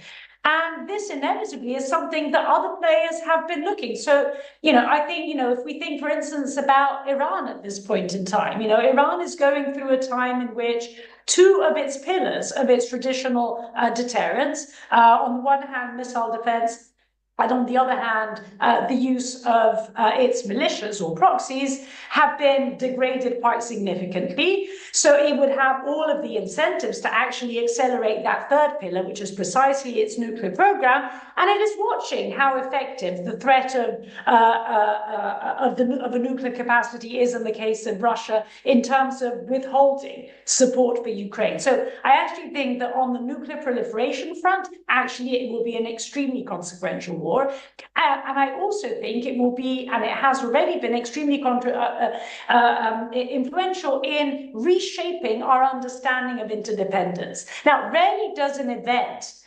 represent, the turning point. I mean, normally it's a cascade of events that go and reinforce a particular understanding. But if part of the shift that is going on is the shift from a world in which interdependence was considered an unmitigated source of peace, love, and happiness, to a world in which interdependence is increasingly viewed as a source of insecurity, then it is very clear that whether we're looking at it through the energy angle, whether we're looking at it through the food angle, the interdependence in the world today and the militarization of those interdependences have been exposed and exacerbated by the war in Ukraine. So I think it's consequential globally in those two respects. I think, though, that Fyodor is right, and this, I think, connects to a point that Moeed was making as well, which is that one thing is the actual practical implications of this war. But we know that a lot about international relations is about feeling, about emotions, right? And it is absolutely correct that I think that whereas the war in Ukraine can, if we want to look at it in a global dimension, is in a sense a war between the global West and the global East, if we put Russia and China into the same kind of category here. The Middle East and Gaza, although actually it has far fewer practical implications, insofar as it is, in a sense, a war that speaks to the cleavage between the global North and the global South, is felt a lot more, especially in countries in the global South. So, I think, we can only really make sense of this once we put, in a sense, that more, in a sense, the more emotional dimension in all of this, because in a sense, what is happening in the Middle East really echoes back and resonates with so many of the injustices which obviously date back from the colonial period. And although what Russia has been doing in Ukraine has a lot to do with colonialism, it is simply not the way in which it is viewed in many countries in the global South, which is part of the problem that especially Europeans and of course Ukrainians themselves have been having in trying to, in a sense, make their case to countries in the global South. Because if you think colonialism, generally countries in the global South think about the global North. They don't think about Russia's colonization of Eastern Europe. Wait, I'm sorry, no. You asked me, I'm sorry about this. You asked me about the ICC. Look, and here as we speak, there is a G7 meeting taking place in Fuji in which they're talking precisely about this. It is catastrophic, Rita. I mean, it really is, because here we have in the G7, 6 countries which have signed up to the Rome Statute, 1 country which hasn't. I absolutely understand why it is important to try and find a common position. But if that common position ends up being a dilution of the commitment, then in a sense, what is happening is an actual delegitimization of the court that we helped constructing. And, the minute in which what is being done by the ICC is defined as a political decision, it all of a sudden kind of raises the question, so what is it that the ICC has been doing up until now, right? So either, as I believe, it is absolutely right to, issue an arrest warrant vis-a-vis Putin and to do so vis-a-vis Netanyahu. The minute in which you define one as political and the other as not, you're actually helping to delegitimize the court itself. So I think it's absolutely catastrophic. And, in a sense, I have respect more for countries. Let's take the cases of an Austria, which is a very staunch defender of Israel, and essentially has been saying, I absolutely disagree with the arrest warrant, but we will respect it, right? I personally don't disagree with it. I think it's absolutely right, but I would respect a position that would perhaps take issue with the content of the arrest warrant, but the minute in which the law is the law, well, the law has to be abided. Wait, if I could get your quick reaction to that in particular, sitting adjacent at least to the Middle East and watching this happening, this tremendous hollowing out of norms, as you pointed out yourself, turning it into meaningless, and the perspective in the global South vis-a-vis the North at this point in terms of an ability to walk this back rather than this being just a free-for-all. But on top of that, I want to also ask you, you put so much emphasis on economic interdependence as something that is crucial for Pakistan's security. In that context, we are seeing a massive growth of economic sanctions, including secondary sanctions. Australia, for instance, has now increased its use of sanctions roughly 500%. I don't know what the exact number is for Europe, but it is massively increased there as well. And on top of that, we predict that in the next 10 or 15 years, we will also start seeing other great powers with strong currencies starting to use extraterritorial financial sanctions in the manner that the United States has done in the last 20 years. How is that compatible with, or is it a threat to your vision and Pakistan's vision, and much of Global South vision for economic interdependence as a pathway towards security. And in that sense, wouldn't stronger norms already now starting to be developed at least provide one facet of being able to minimize the danger of this? Yes. So first, I don't want to be too provocative, but let me say this. First of all, war is horrific, full stop. I mean, I think debating which one is less so is irrelevant if you are, staring down the barrel of a gun. I will say, though, that the Global South's reaction, and I think Natalie is right in terms of how the Global South has reacted to the war in Ukraine versus the Middle East. But what are the reasons for that? And the word that comes to mind when you think of the Global North, not to my mind necessarily, but to the Global South, if I were to generalize, is hypocrisy. And when you think of a hypocritical stance, in some ways, it's worse than saying you're just bad, right? I mean, it comes across as more unethical when you preach something and then go against it. And there, I'll give you a personal example, very personal, but firsthand. I was Pakistan's national security advisor the day Russia, the conflict started. And I have the rather dubious distinction of landing my prime minister in Moscow on the day of the attack. We spent that whole day there. And then afterwards, I had multiple conversations with my counterparts from the Global North. And it was very interesting and incisive for me because the reaction that Pakistan was getting from countries in the Global North was, how could you do this? Didn't you know what this meant? And when I would ask, what does it exactly mean? Frankly, the answer was, this is not a normal war. Europe has been attacked. And, for somebody sitting in the Global South, obviously for all the sympathy and all the right sort of conversations, part of the Global South did ask. So the war in Europe is more important than the war that's hit my country and the country next door and the country next door for the past 70 years because? And the answer was because Europe is too used to peace. After the World War, we weren't supposed to have military conflict on our territory. So the point I'm making, Trita, is that both are horrific.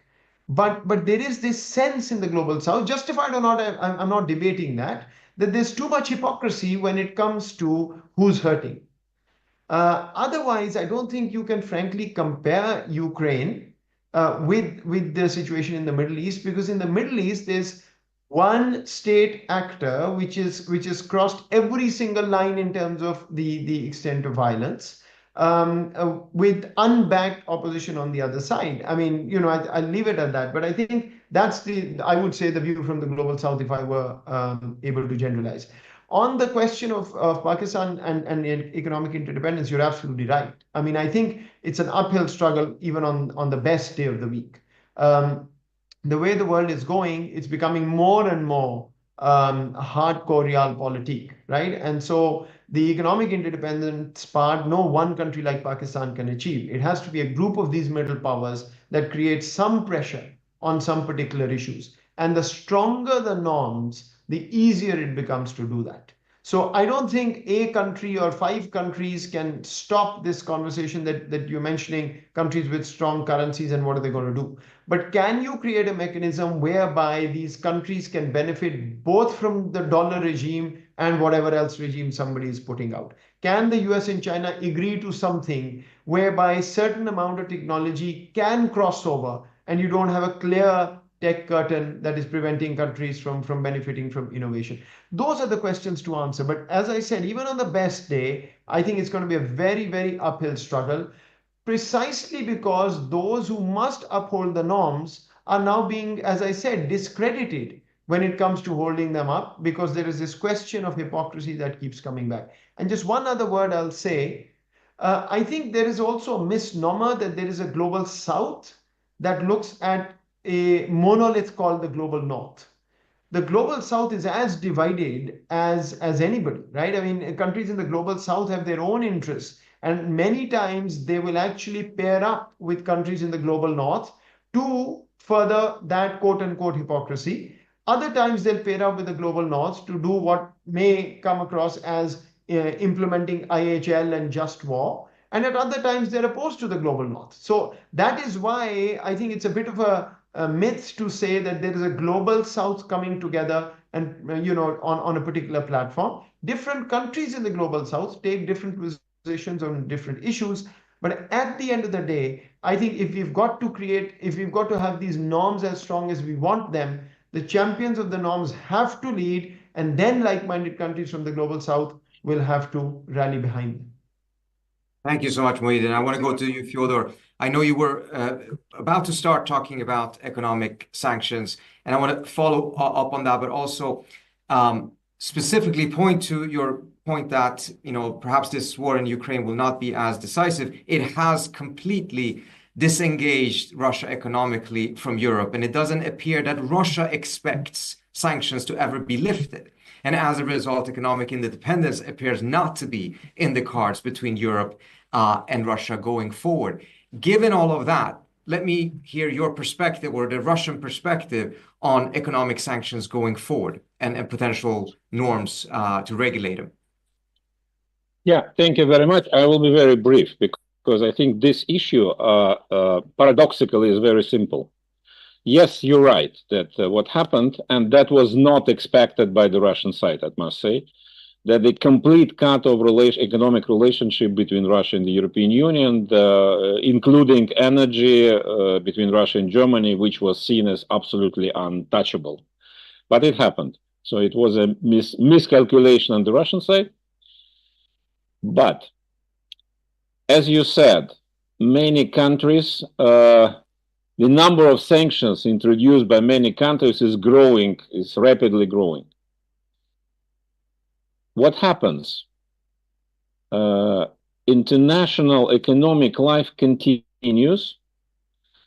It is being deformed and distorted, but globalization in this regard, that the world is interconnected, survives. Russia, yes, it was an unprecedented attempt to kick off Russia from the international economic system. Basically, it failed. It definitely failed with the rest of the world outside Europe and the West.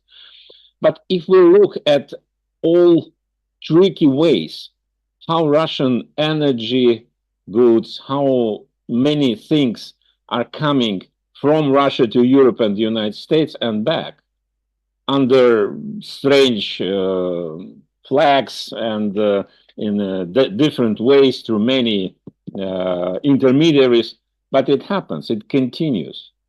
That means that international economy survives, the integrity of the international economy survives, and that will continue. The more sanctions, the less effectiveness.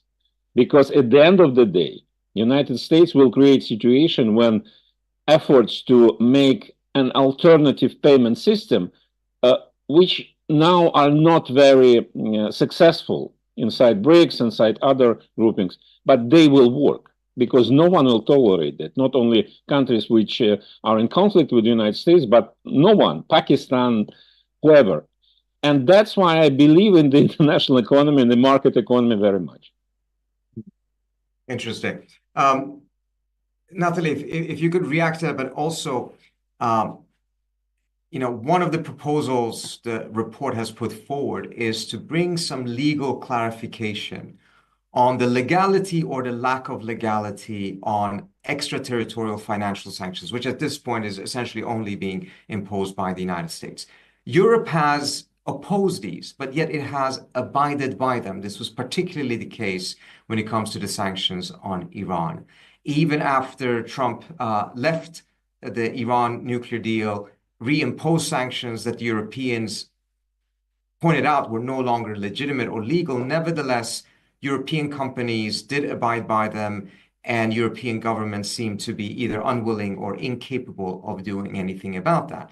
Do you think a clarification as to whether these sanctions are legal or not, and essentially the American argument is that they are just the domestic application of American law because that any trade in dollar eventually passes through the US Treasury in Washington, at least for a split second. And as a result, American law is legitimately imposed.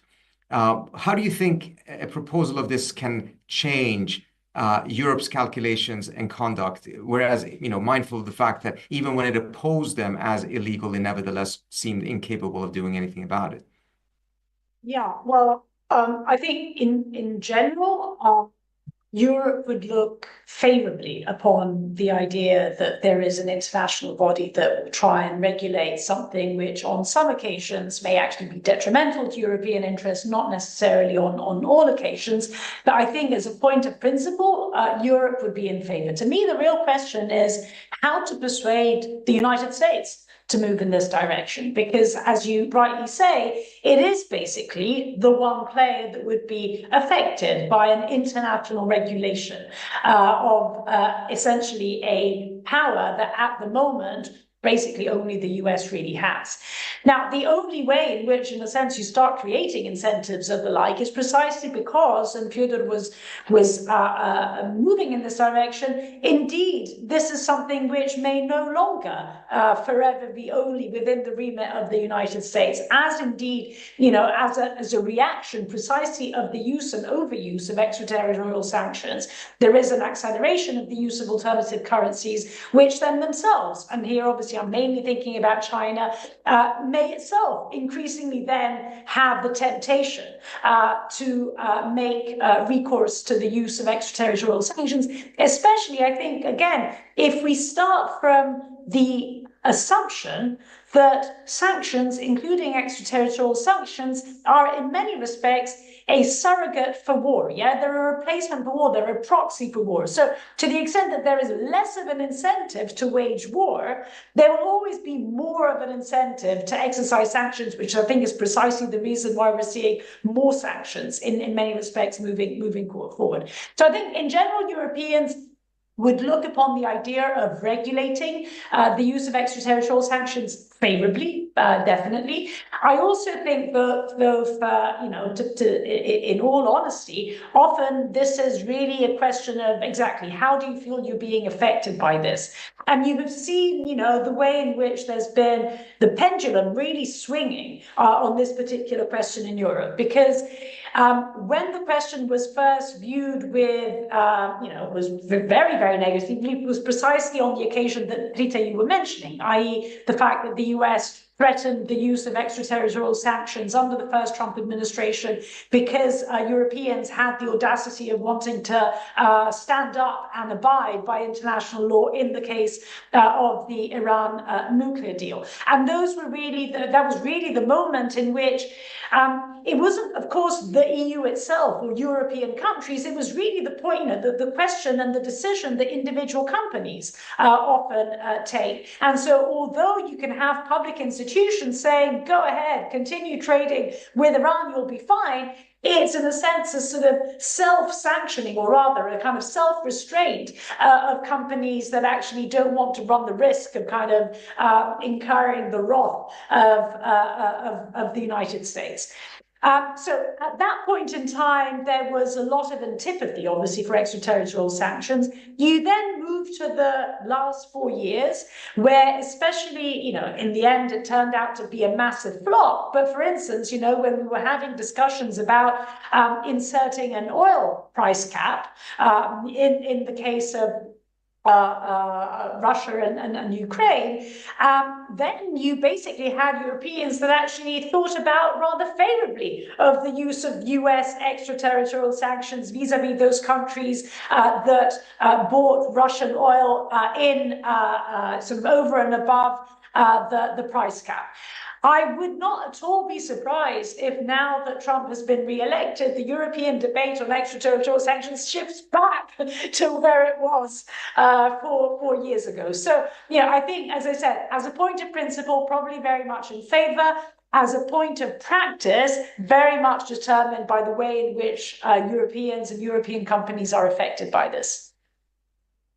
Thank you so much, Natalie. And I think one of the things I miss raising is, of course, the Trump factor in all of this, of how Trump's presidency in the next 4 years may be impacting the various perspective on these different issues, particularly, of course, trying any efforts to try to strengthen norms on the international scene. I want to thank you all. I want to thank you, Natalie, Moeed, Fyodor, all for a fantastic conversation. This is, of course, a conversation that needs to be held more regularly and increase in its intensity, because we are moving towards a world in which, in the absence of almost an unparalleled level of human collaboration, we will be moving towards something that is much worse than the eras of conflict that we had before the post-Cold War era. So thank you all so much. We're going to now shift over to our next panel, which is on the very crucial issue of UN Security Council reform, which will be moderated by my colleague,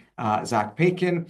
Zach, if I could first ask you to give me your quick reactions to the previous two panels.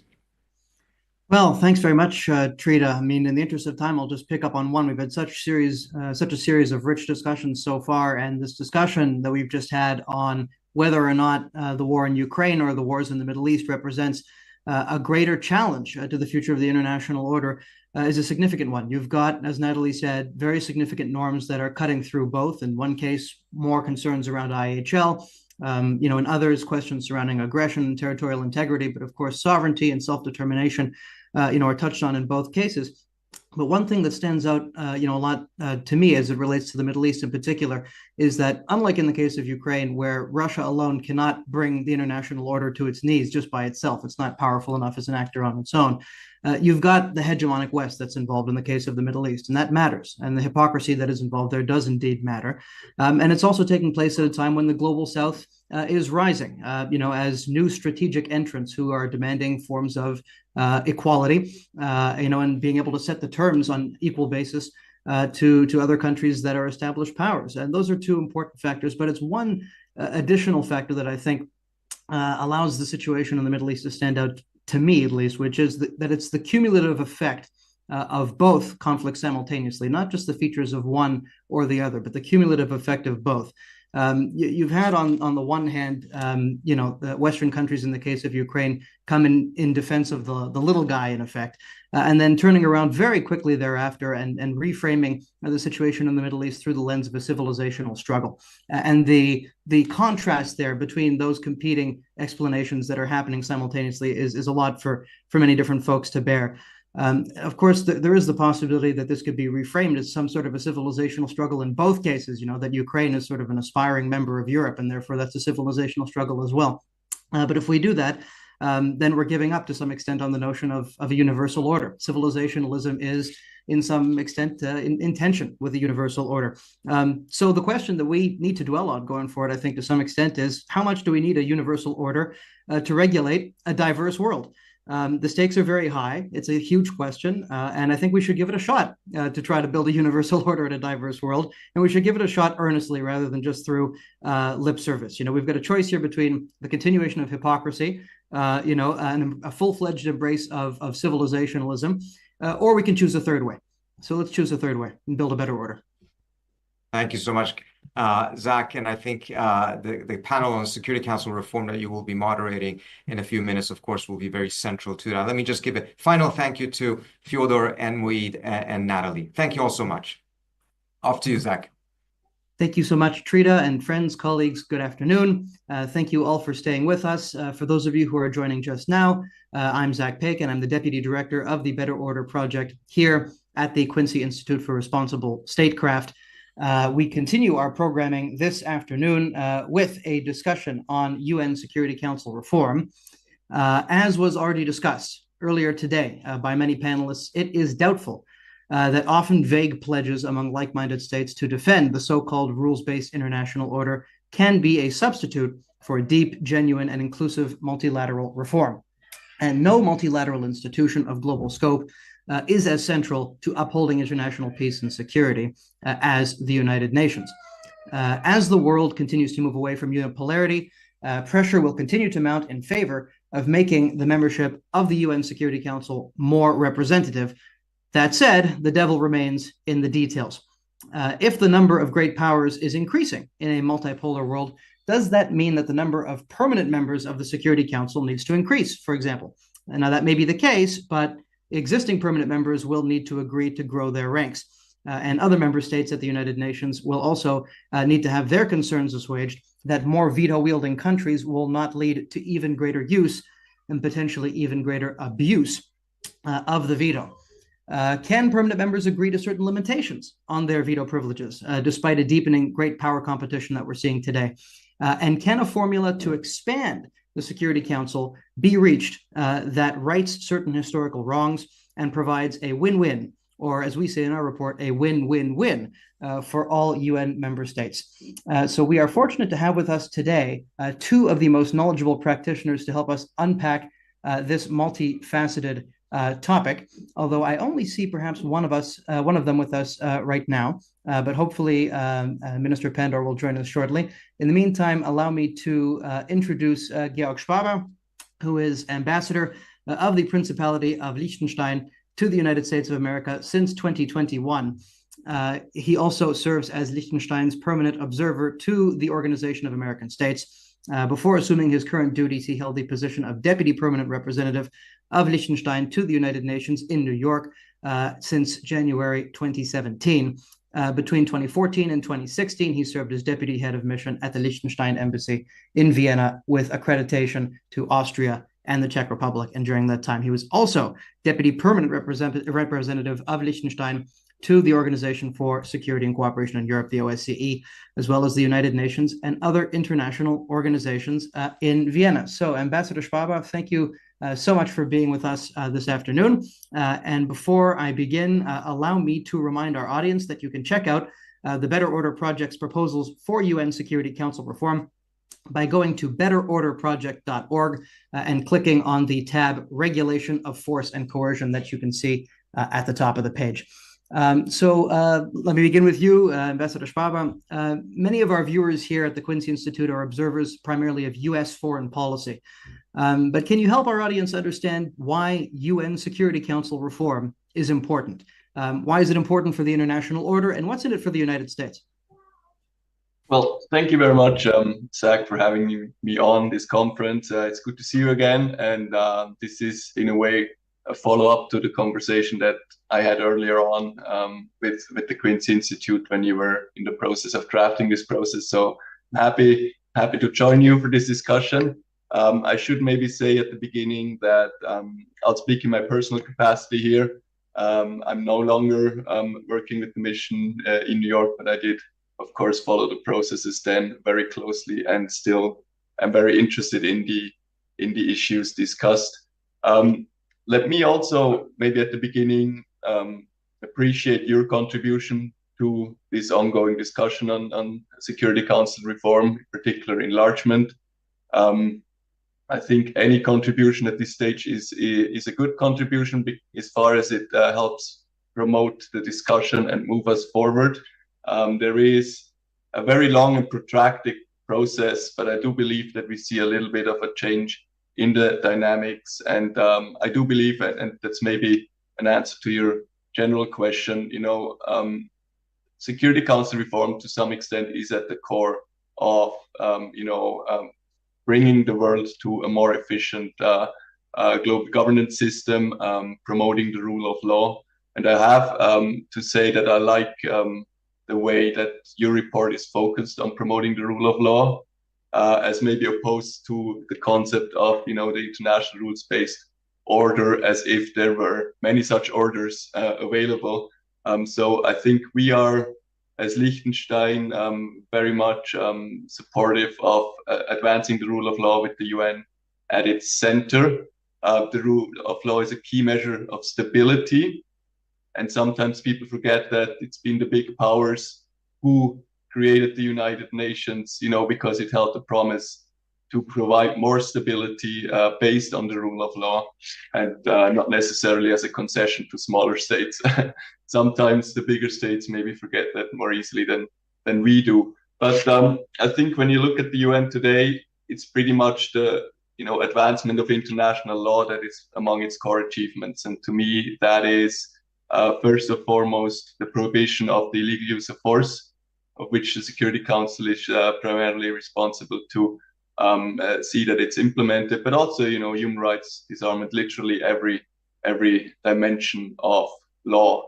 And I think what we're talking about when we're talking about reforming the Security Council is very much preserving those achievements and ensuring that the UN can progress in those areas in the future. I'm happy, to talk more in detail about some of the aspects of your proposal, about enlargement, but also, aspects of working methods, maybe the role of the General Assembly. But maybe I'll leave it at that, saying that I think we've seen in the past few weeks a good dynamic in this discussion. We have a pact for the future that very concretely, gives a mandate to the process of Security Council reform.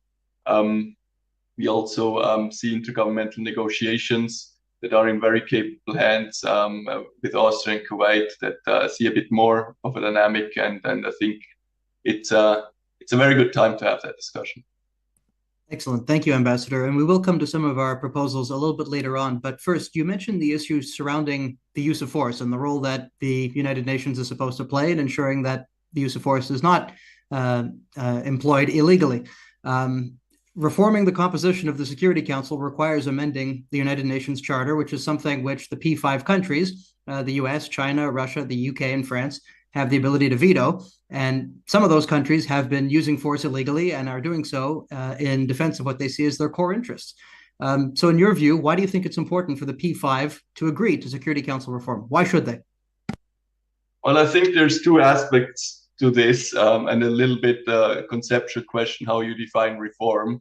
Of course, there is a whole dimension of reforms or improvements that you can make in Security Council that do not necessarily need the formal agreement of the P5 because they do not call for a charter amendment. And I think many of those reform measures have been implemented over the past.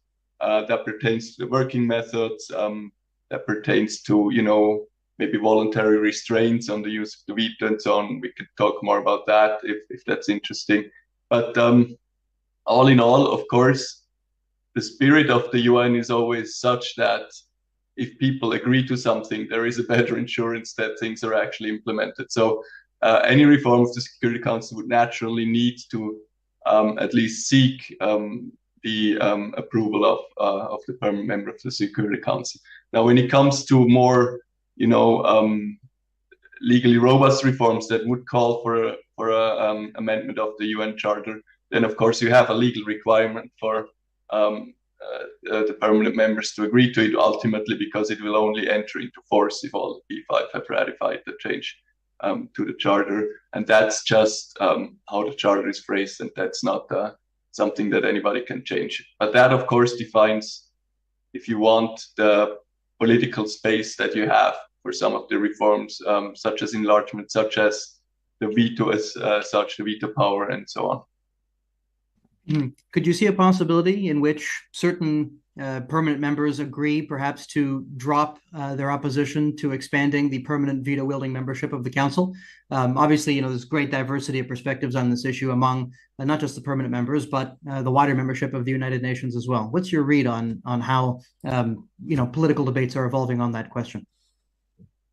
I am personally probably a really big optimist when it comes to what the UN can do. I would say, though, I believe any measure that, by virtue of charter amendment, changes the privilege that the veto attributes to the permanent members of the Council will be very, very difficult, if not impossible, to achieve. And I think that's just a political reality that we have to deal with. And to be frank, Liechtenstein has been a bit among the most outspoken critics of the veto power in the past. We have put forward many ideas and initiatives to improve the work of the Security Council and reduce the use of the veto whenever possible.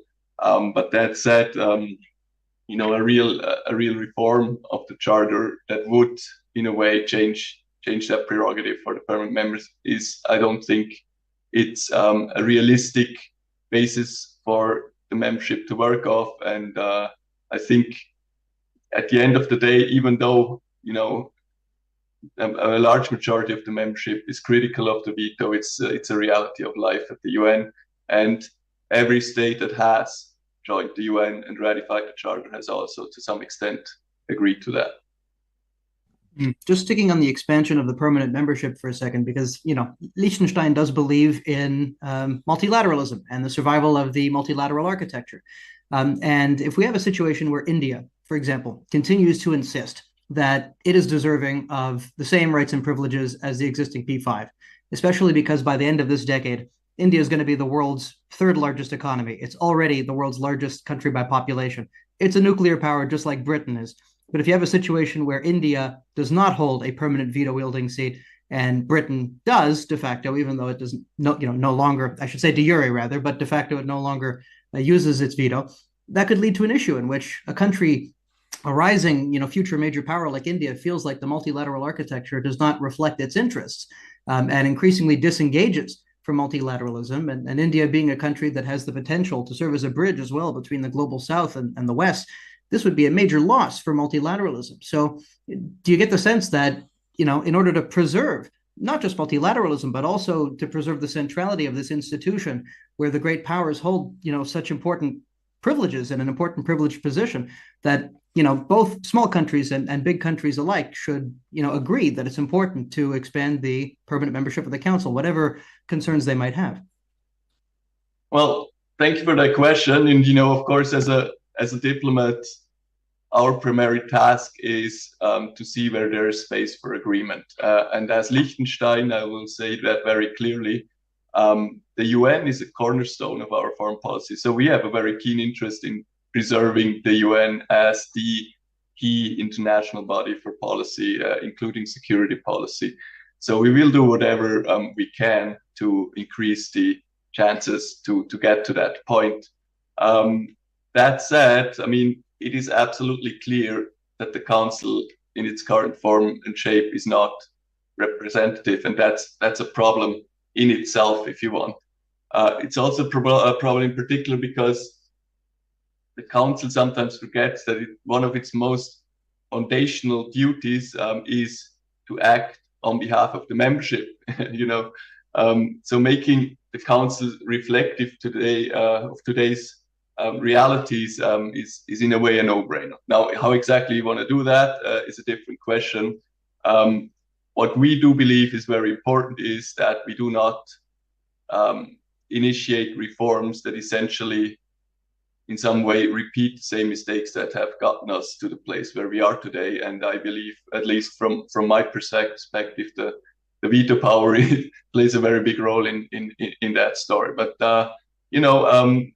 I think Liechtenstein has by now a pretty long tradition in trying to analyze the existing views. You mentioned India. There's many others who have aspirations and want to have an inclusive and functional multilateral system. And we have always looked at this as our responsibility also and our task to provide proposals that may be able at some point to bridge the divide between the different positions. Liechtenstein itself has no aspirations when it comes to playing a role in the Security Council, but we have a huge interest in a functioning multilateral system with the UN at its center. We have put forward for a while now our own enlargement model. It's a little bit different than yours, but some elements are quite similar. We have just reintroduced that last week in the course of the intergovernmental negotiations with some slight amendments, and I'm happy to talk more about that if that's interesting to the audience. For sure. Let me ask you about, before we turn to our other guest who's just arrived, let me ask you about the question of representativeness as a bridge to introducing her. How important do you think representativeness is to the legitimacy of the Security Council? Because many people will say that the UN General Assembly derives its legitimacy from being a representative body where all the countries in the world, all the UN member states are represented. And that the Security Council, more than being representative, needs to be effective, needs to be efficient. and to do its job. And right now we're seeing that it's not doing that it is occasionally manifestly failing to uphold international peace and security. So where would you rank the importance of effectiveness versus representativeness as it relates to the future of the Security Council, and what should that lead us to conclude in terms of what are the most important reforms that we need to focus on in the years ahead?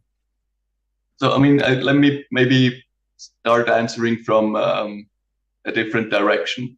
The only body in the UN that is unquestionably legitimate is the General Assembly, because everybody has a vote there. It's the most democratic and most inclusive body. And whenever you go ahead and create, a smaller group of states that's supposed to represent the entirety of the membership, then you need to be sure that this is a representative body, and the Security Council clearly is not anymore.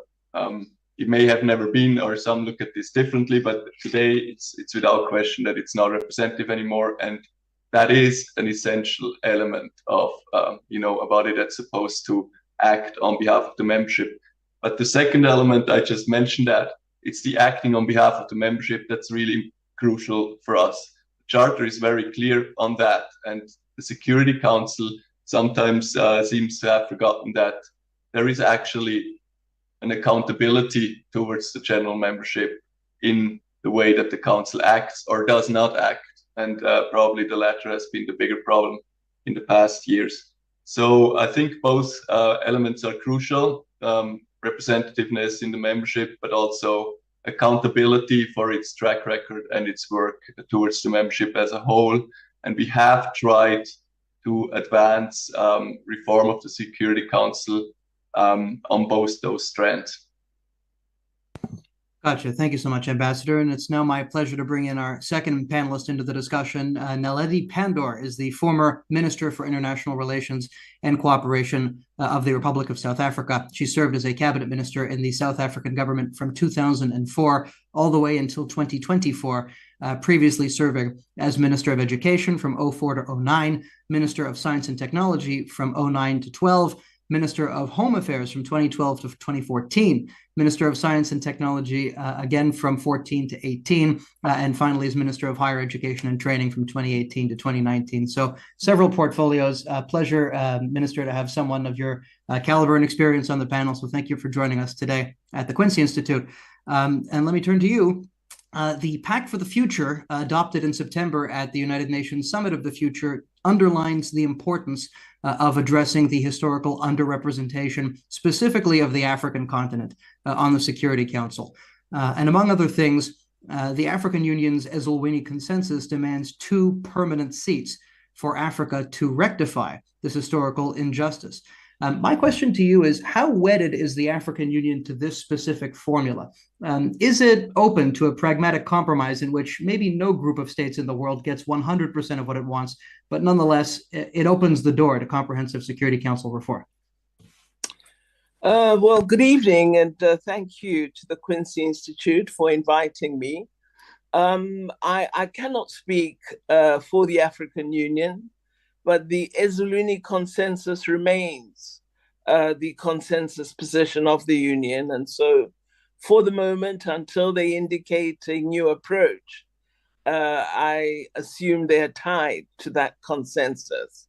I do think that the proposal on 2 permanent African seats, including a veto, was really framed with a mind to the Security Council remaining with the current mandate and exercising that mandate with this undemocratic decision-making process where a veto can just overturn everything. I think that in discussion of the report of the Commission of the African Union, the Committee of Heads of State that is looking at the matter of UN reform, there has been recognition that substantive reform may probably go beyond what was anticipated in that consensus document, because it's an older position.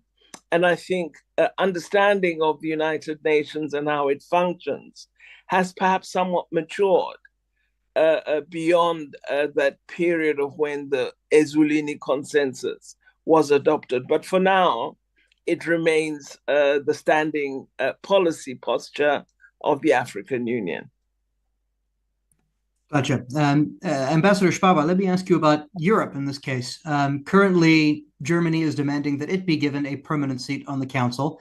However, the United States and Western Europe and Eastern Europe combined currently account for 6 of the Council's 15 seats, and many countries are wary, understandably, of further increasing Europe's representation, given how overrepresented it already is, relative rather to its population. Your sense on that issue, is that a legitimate concern that that other parts of the world might have? I mean, in very general terms, as I said before, I do believe that the Security Council today lacks representativeness, and that is a main issue that should be under discussion if you want to have a better working Security Council for the future. Now, everybody, every nation on the world has probably their legitimate interest in how it wants to be represented in that or this forum. Our concern, as I mentioned before, is primarily to find a way to bridge the divide between the different negotiation positions. Germany and some other countries obviously represent one bloc. There's others. The minister mentioned the Ezulini consensus, which is a very important part of that discussion. So we certainly look at the current distribution of seats in the Security Council as biased towards the Western European United States group. And that is also the basis on which we have developed our model for enlargement, which intends to be more representative and do justice to the different negotiation positions as best we can right now. Well, let me ask you precisely about that model, which you call an intermediate model for Security Council reform, and it offers to compensate 6 countries, likely to be rising powers in all likelihood, not with a permanent veto-wielding seat, but rather with a compromise position in which they would obtain a lengthy 8 to 10-year term on the Council. The Better Order Project has put forward something similar in logic, but somewhat different, in which the General Assembly would elect a pool of 20 countries instead of just 6, and those 20 countries would then be rotating on and off the Council 5 at a time. And so the reason I bring up our proposal here is because if you take 20 countries out of the running rather than just 6, that means that smaller countries will have a better chance of being elected to an ordinary non-permanent seat on the Council. Do you think that a formula like that might stand a better chance of earning the approval of a critical mass of UN member states if they realize that this will be to their advantage in effect? Yeah, very good question. It actually looked with great interest into the specifics of Europe model. Maybe let me quickly explain what our intermediate model is without going too much into the detail. You mentioned it would create a new category of seats which are longer term and are renewable. That means that de facto countries would be eligible for quasi-permanent membership with periodic re-elections. They would, however, not get, the model does not foresee additional veto powers or veto rights. And with that, we try to bridge the divide, of course, that some countries aspire at permanent membership in the Council, while others are very skeptical of that same thing. And at the same time, we preserve a reasonable measure of accountability of the Council members to the General Assembly, because the one crucial mechanism of accountability that the General Assembly has are elections. I recognize that your model does have that too, but at a pretty, let's say, reduced level. Namely, I think you elect your intermediate body there every 24 years or so. So that's something I believe that does distinguish our two models from a bit more than only a quantitative point of view, because I think we start from the idea that the lack of accountability has really been at the root for much of the trouble that the Security Council has been in. So we do not want to go ahead with a reform that essentially institutionalizes that lack of accountability further we do, to the contrary, look for a model that makes accountability actually the strength of the new Security Council. And I think that's one of the differences between our models, and probably still some more discussion until we're convinced of yours in that regard. Excellent. Well, thank you so much for that substantive engagement. Minister Pandor, let me come back to you, and let's move on now and talk about the veto. This is obviously a privilege that the United States and China and Russia are bent on jealously guarding. And some are of the view that the right to cast a veto keeps the great powers invested in multilateralism because they know that they will be able to use it to protect their core interests. But others believe that the great powers have not merely used, but have in fact abused their veto privileges, especially as of late. These countries in particular are nervous about agreeing to Security Council reform unless the question of the veto is addressed alongside it. So how do we square that circle in your view? Well, I think that we'll always have difficulty if those who currently hold power are the ones who determine the model. If we're thinking about them all the time and not the entire membership of the UN body, I think we're just digging a hole for ourselves. It's not that they failed from time to time, they have failed dismally, because essentially what the larger powers have pursued is their own interest using the Security Council. And instead of it being a Security Council, it has become an insecure council. So the model needs fundamental reform. And I really think that what we should be considering much more directly is what role the General Assembly can play, and should the Security Council become a body of referral that then is required to interface on a consistent and coherent basis with the General Assembly. I really think democratization is important, and I think giving sovereign nations a voice is vital. The concern at the moment is the interest in the Security Council is an interest about wielding power rather than improving the ability of the UN body to respond to global challenges. So I really think that what we need is a much more innovative approach, a deeper examination of the role of the Security Council, and the wariness about replicating what exists in slightly amended forms, which just get us back to where we are. I think alongside both the role of the General Assembly and a possible referral body, you also need to just look at where decisions are made, what nature of decisions, and that voting shouldn't be something that is immaterial. Because not only does it diminish the impact of the United Nations, it diminishes the value of democracy in global terms, because it suggests to the world that we can have aspects of democratic practice that are really quasi-democratic and have no force and effect. So I think a much more fundamental consideration about how decisions are taken, what form of mechanisms we have in place for greater protection of civilians and the innocent, how we enforce international treaties and ensure that they have currency and force and effect.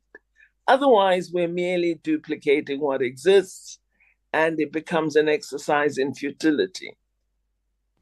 Let me stick with you and with an idea that you just raised, which is that, you know, we're living in an era now where the path to achieving Security Council reform, at least in the sense of, you know, fundamentally altering the composition of the council, remains littered with political obstacles. And therefore, you know, it might be best to focus on measures to empower the General Assembly. Our report also talks about ways in which the Peace Building Commission might also be empowered. But I'm wondering how much can those measures, as important as they may be, truly serve as a sufficient substitute to genuine Security Council reform. Will these measures ultimately mean relatively little if the Security Council, which is at the end of the day the body that is tasked with upholding international peace and security, if the Security Council continues to be unaccountable, ineffective, unrepresentative, etc.? Well, I'm not saying it should be as it is today.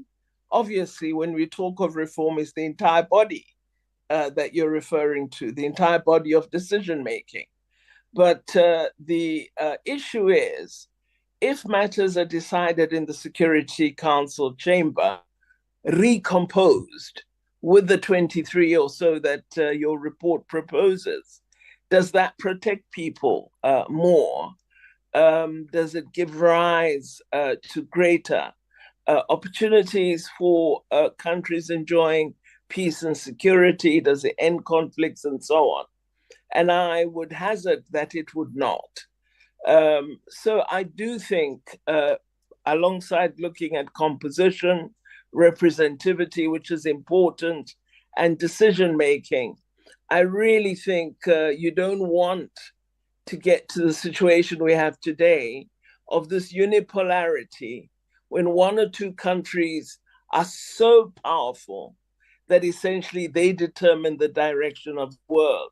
You need a counterweight to the abuse that we've had thus far.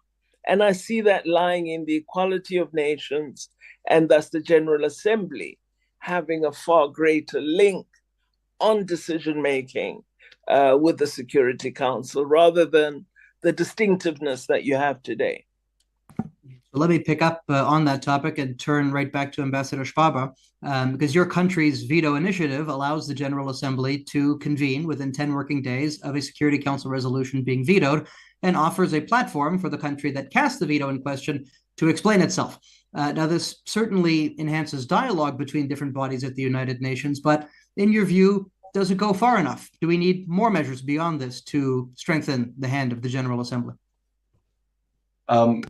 Yeah, I mean, my short answer is, of course, we always need more tools, more initiatives at the General Assembly to respond to the need, and the need is particularly big in a situation where the Security Council would be mandated to act, but does not act. And I mean, I want to reinforce one point maybe here before I respond to your question more in detail. The veto is fundamentally a non-democratic mechanism. You only have a situation when a decision is blocked by a veto if one of the veto powers opposes it, but otherwise at least 9 other council members have supported it. So it prevents a decision that would otherwise be taken by a large majority of votes. And there is a very interesting line in your report that stood out to me when I read through it, and that is that the increase of vetoes could possibly lead to less use of the veto because vetoes are only cast on core interests of those who wield the veto power. And I think I look at that very, very differently. When you look at the history of the veto, and how it has evolved over time, there is very, very few issues that the Security Council can actually still deal with because none of the veto powers considers it a core issue or a core element of their national interests. So I think the veto has a way of sort of proliferating the interest of those who wield the power into really everything that's before the council. And I think that's something that you would probably have to expect if you increase the number of vetoes in the future. But now, you mentioned the role of the Security Council as the guardian of peace and security, and that's certainly very important. But I think it's also important to be very specific about that. Security Council has, per charter, the primary role and responsibility on peace and security, not the exclusive or the only role. And the General Assembly has a universal mandate. It has universal membership, but it has also a universal mandate to deal with all issues before it. The veto initiative has established a mechanism for automatic discussion in the General Assembly whenever a veto is cast. And that mechanism has now been tested more times than we probably would like to see because we've seen so many vetoes. But what we've seen is that there is actually very high interest in the General Assembly membership to address matters of peace and security. And that's something that, we did expect when we created the initiative, but we were very, very happy to see that materialize so strongly. Now, should the General Assembly also react more on substance, meaning with decisions, with recommendations, with referrals back to the Security Council? By all means. And I think the strength of the General Assembly lies both in its universality, but also in the variable geometry that it brings to initiatives, so that different groups of countries can unite to promote an issue. And I think that's also the way that you probably go when you look at tools that the General Assembly has in response to a veto in the Security Council. I know that you propose in your report what is, I think, called a drafting group or a working group tasked with drafting. And I thought it was a very interesting idea. I think the specifics will be important of who can participate in that group, because as I said in my time at the UN, the strongest dynamics, the best initiatives always came out of really bottom-up efforts where everybody was included that wanted to be a part of an exercise. And I would be quite hesitant to create in the General Assembly another exclusive group to deal with certain tasks, like that could even devolve in a mini Security Council on the side of the General Assembly. I think that's what probably everybody wants to avoid. But to have a more sort of available toolbox for use immediately by the membership when the need comes up, I think that's a very legitimate concern. And I think discussions are actually going on in the UN to that effect. Gotcha. Now, we have seen the veto used quite a bit as of late, and that's obviously not a very good thing. But Minister Pandor, let me ask you, if we take a different perspective on it, the United States uses its veto almost exclusively for the purpose of protecting Israel and for almost nothing else besides that. China, for its part, only casts a veto alongside Russia. It never uses its veto alone. So when we take that broader perspective, are the concerns that many countries have about veto abuse somewhat exaggerated? Do we have, in fact, less of a crisis today than we're often led to believe? Well, these are big elephants, aren't they? And where they tread, a lot of grass is crushed. So, it's not insignificant to have them veto consistently. And as we see today, it leads to a great deal of global strife. So I think the matter of the veto needs to be considered extremely carefully. I think a veto is extremely undemocratic. It has not led to peace. The reason for the existence of the United Nations is to unite the globe on common purpose. It's not to divide and have one country or two able to direct a global issue on their own. It's absolutely unreasonable, undemocratic, and it makes really quite a nonsense of participating in the UN system. So I do think there has to be a very, very serious look taken at this matter of veto and how it can be exercised. It may be that the General Assembly has a real decision-making role. At the moment, it merely considers the matter that was vetoed, but it doesn't determine action on it. So even that current exercise, the innovation that was introduced to pretend that something dramatic is being done, it has no impact on action. And what you want to see is decision-making that leads to action, an agreement by the broader membership of the United Nations on those matters. So I really think the relationship between the Security Council and the General Assembly and actual force and effect has to be part of the reform consideration.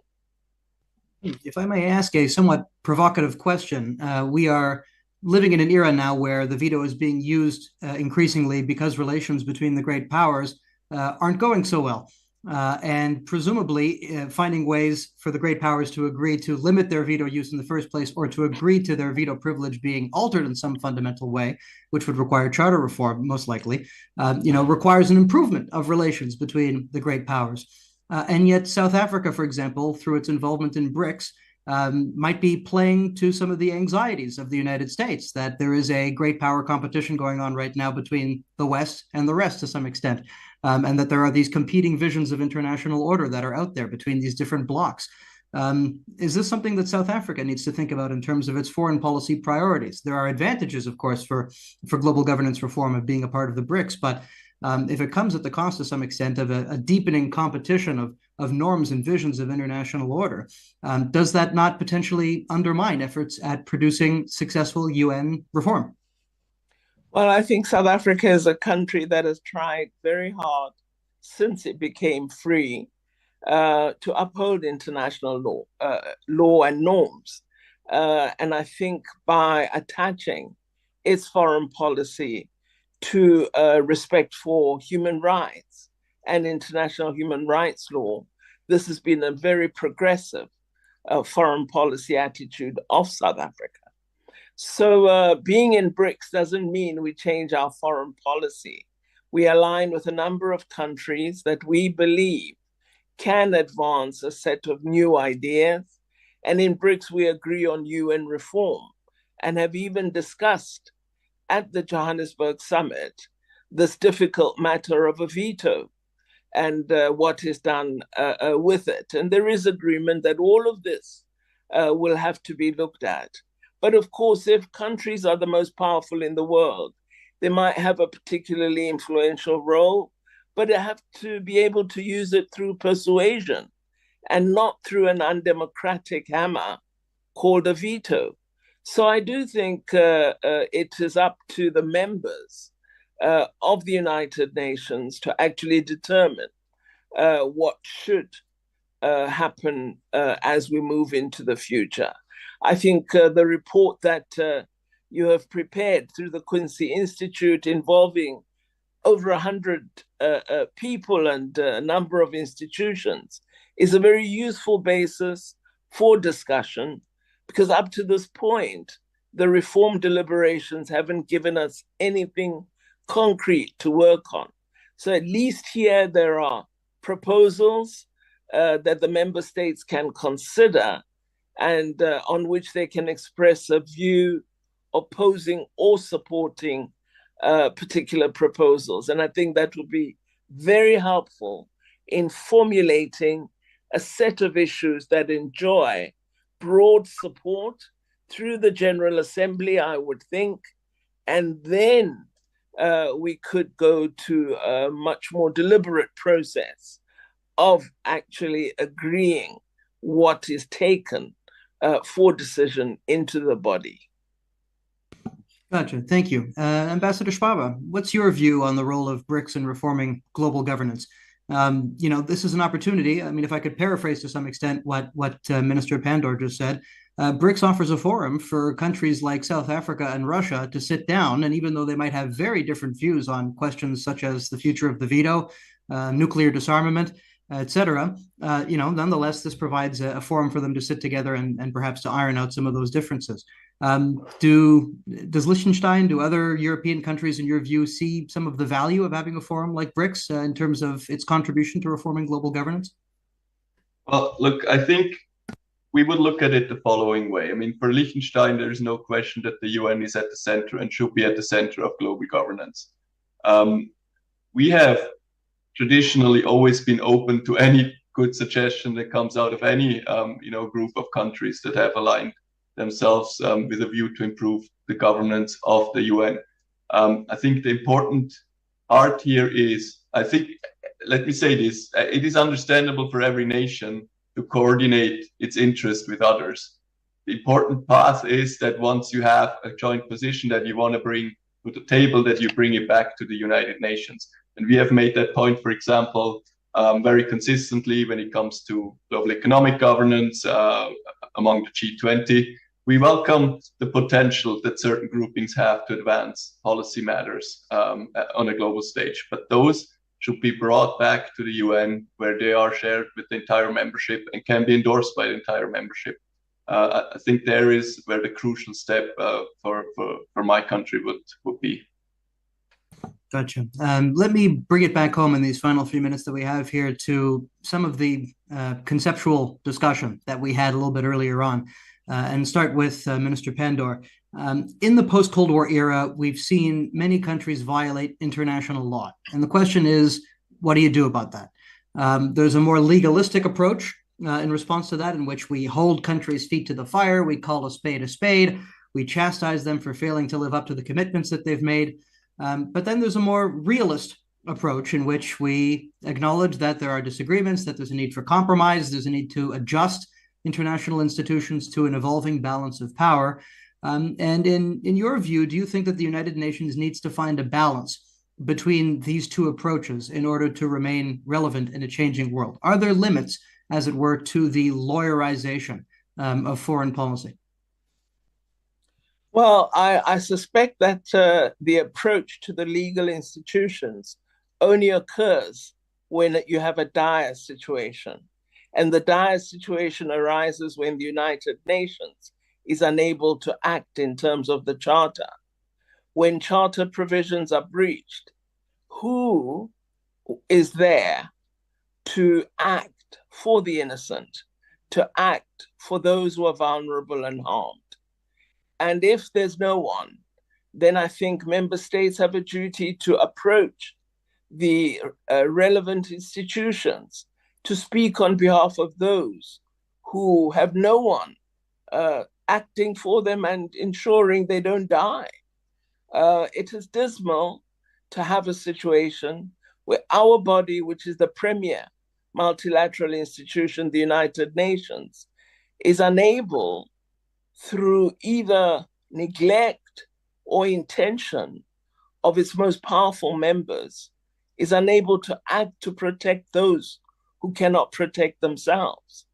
And so in such a situation, I think there is an honor-bound objective that all members of the UN should uphold, and that is to approach our own structures and mechanisms and use our agreed international treaties as a route to call out member states and actually say, your action is in breach of the key elements of the United Nations Charter.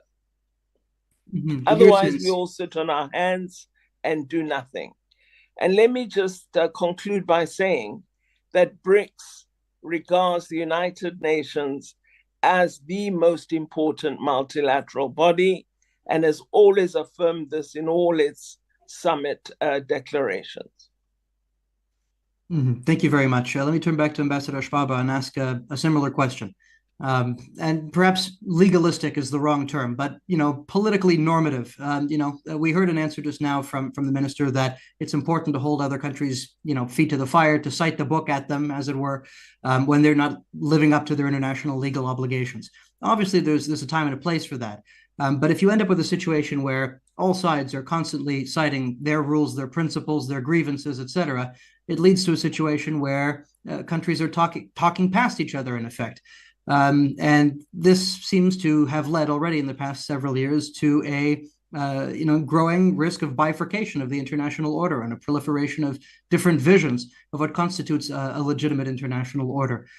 Does there come a time where there's a need for compromise, there's a need to invigorate an international order with new norms, with new mechanisms, in your view? I think there's always potential for new norms and new mechanisms, but let me be very clear on one thing. From our perspective, peace and justice have never been opposing ends. We have never accepted the dichotomy between those two concepts. If you look at the history of the UN, the international community has neither, because it has been the promotion of international law that has added to stability in the world and has become the essential added value that the UN has brought to the international community. it has led many important processes, political security processes, human rights, the minister mentioned it. So I do really believe that it is a very dangerous path to go, to divide peace and justice from each other. Now we find ourselves at a point in time in the world where we certainly see a very concerning increase in violations of international law. And that is, let me be very clear, violations of norms that each state has voluntarily accepted for itself to be bound to. The only way forward that I believe we can take as an international community is to strengthen the reinforcement of the law as a reaction to that. Otherwise, we would contribute ourselves to the weakening of the very system that we rely on for our own security and for our own safety in the future.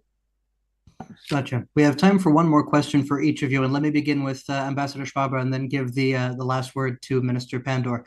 Ambassador, if we don't manage to reform, and please just leave our audience with some food for thought here, if we don't manage to reform the Security Council in any appreciable fashion in the next 5 to 10 or 15 years, and I'm thinking here about more than just working methods reforms, I'm talking a more significant structural reform. In your view, what will be the consequences for the international order? The Security Council is already ineffective in many ways. It's already unrepresentative, as we've discussed today. So can its legitimacy really sink all that much further? I'm afraid there's always more negative developments that can happen. If you limit, the concept of reform to the Charter amendments, yes, then of course that is going to be and continue to be a very difficult exercise. But around that effort, many initiatives are taking place that de facto improve the working of the Security Council. If the Council continues to be as divided as it is, or even gets worse, I do believe what we will see is a stronger ownership in the General Assembly to take matters in its own hand. And that is in itself something that strengthens the United Nations as a whole. If you look at the membership at large in the UN, we're very far from a disinterest in what the United Nations aspires to do and what it should do. And I think as long as we have that and that political engagement and that political will across the international community, that will find its way to express itself in political decisions, be it in the Security Council or be it not in the Security Council. Got it. Minister, the corollary to the question that I just asked is, will a frozen global multilateral landscape cause great powers, rising middle powers, and smaller countries alike to feel enough pain to get them to place the good of the international community ahead of their own narrow interests? What is it going to take, in effect, for everyone to realize, okay, we've been at this competition, we've been having these disagreements and citing our respective positions at each other that have remained static for decades, for long enough. Now's the time for compromise. What's it going to take? I sincerely hope we don't reach that position, because I think it would be a situation in which there would be total chaos and a breakdown in the possibility of building greater respect for international law.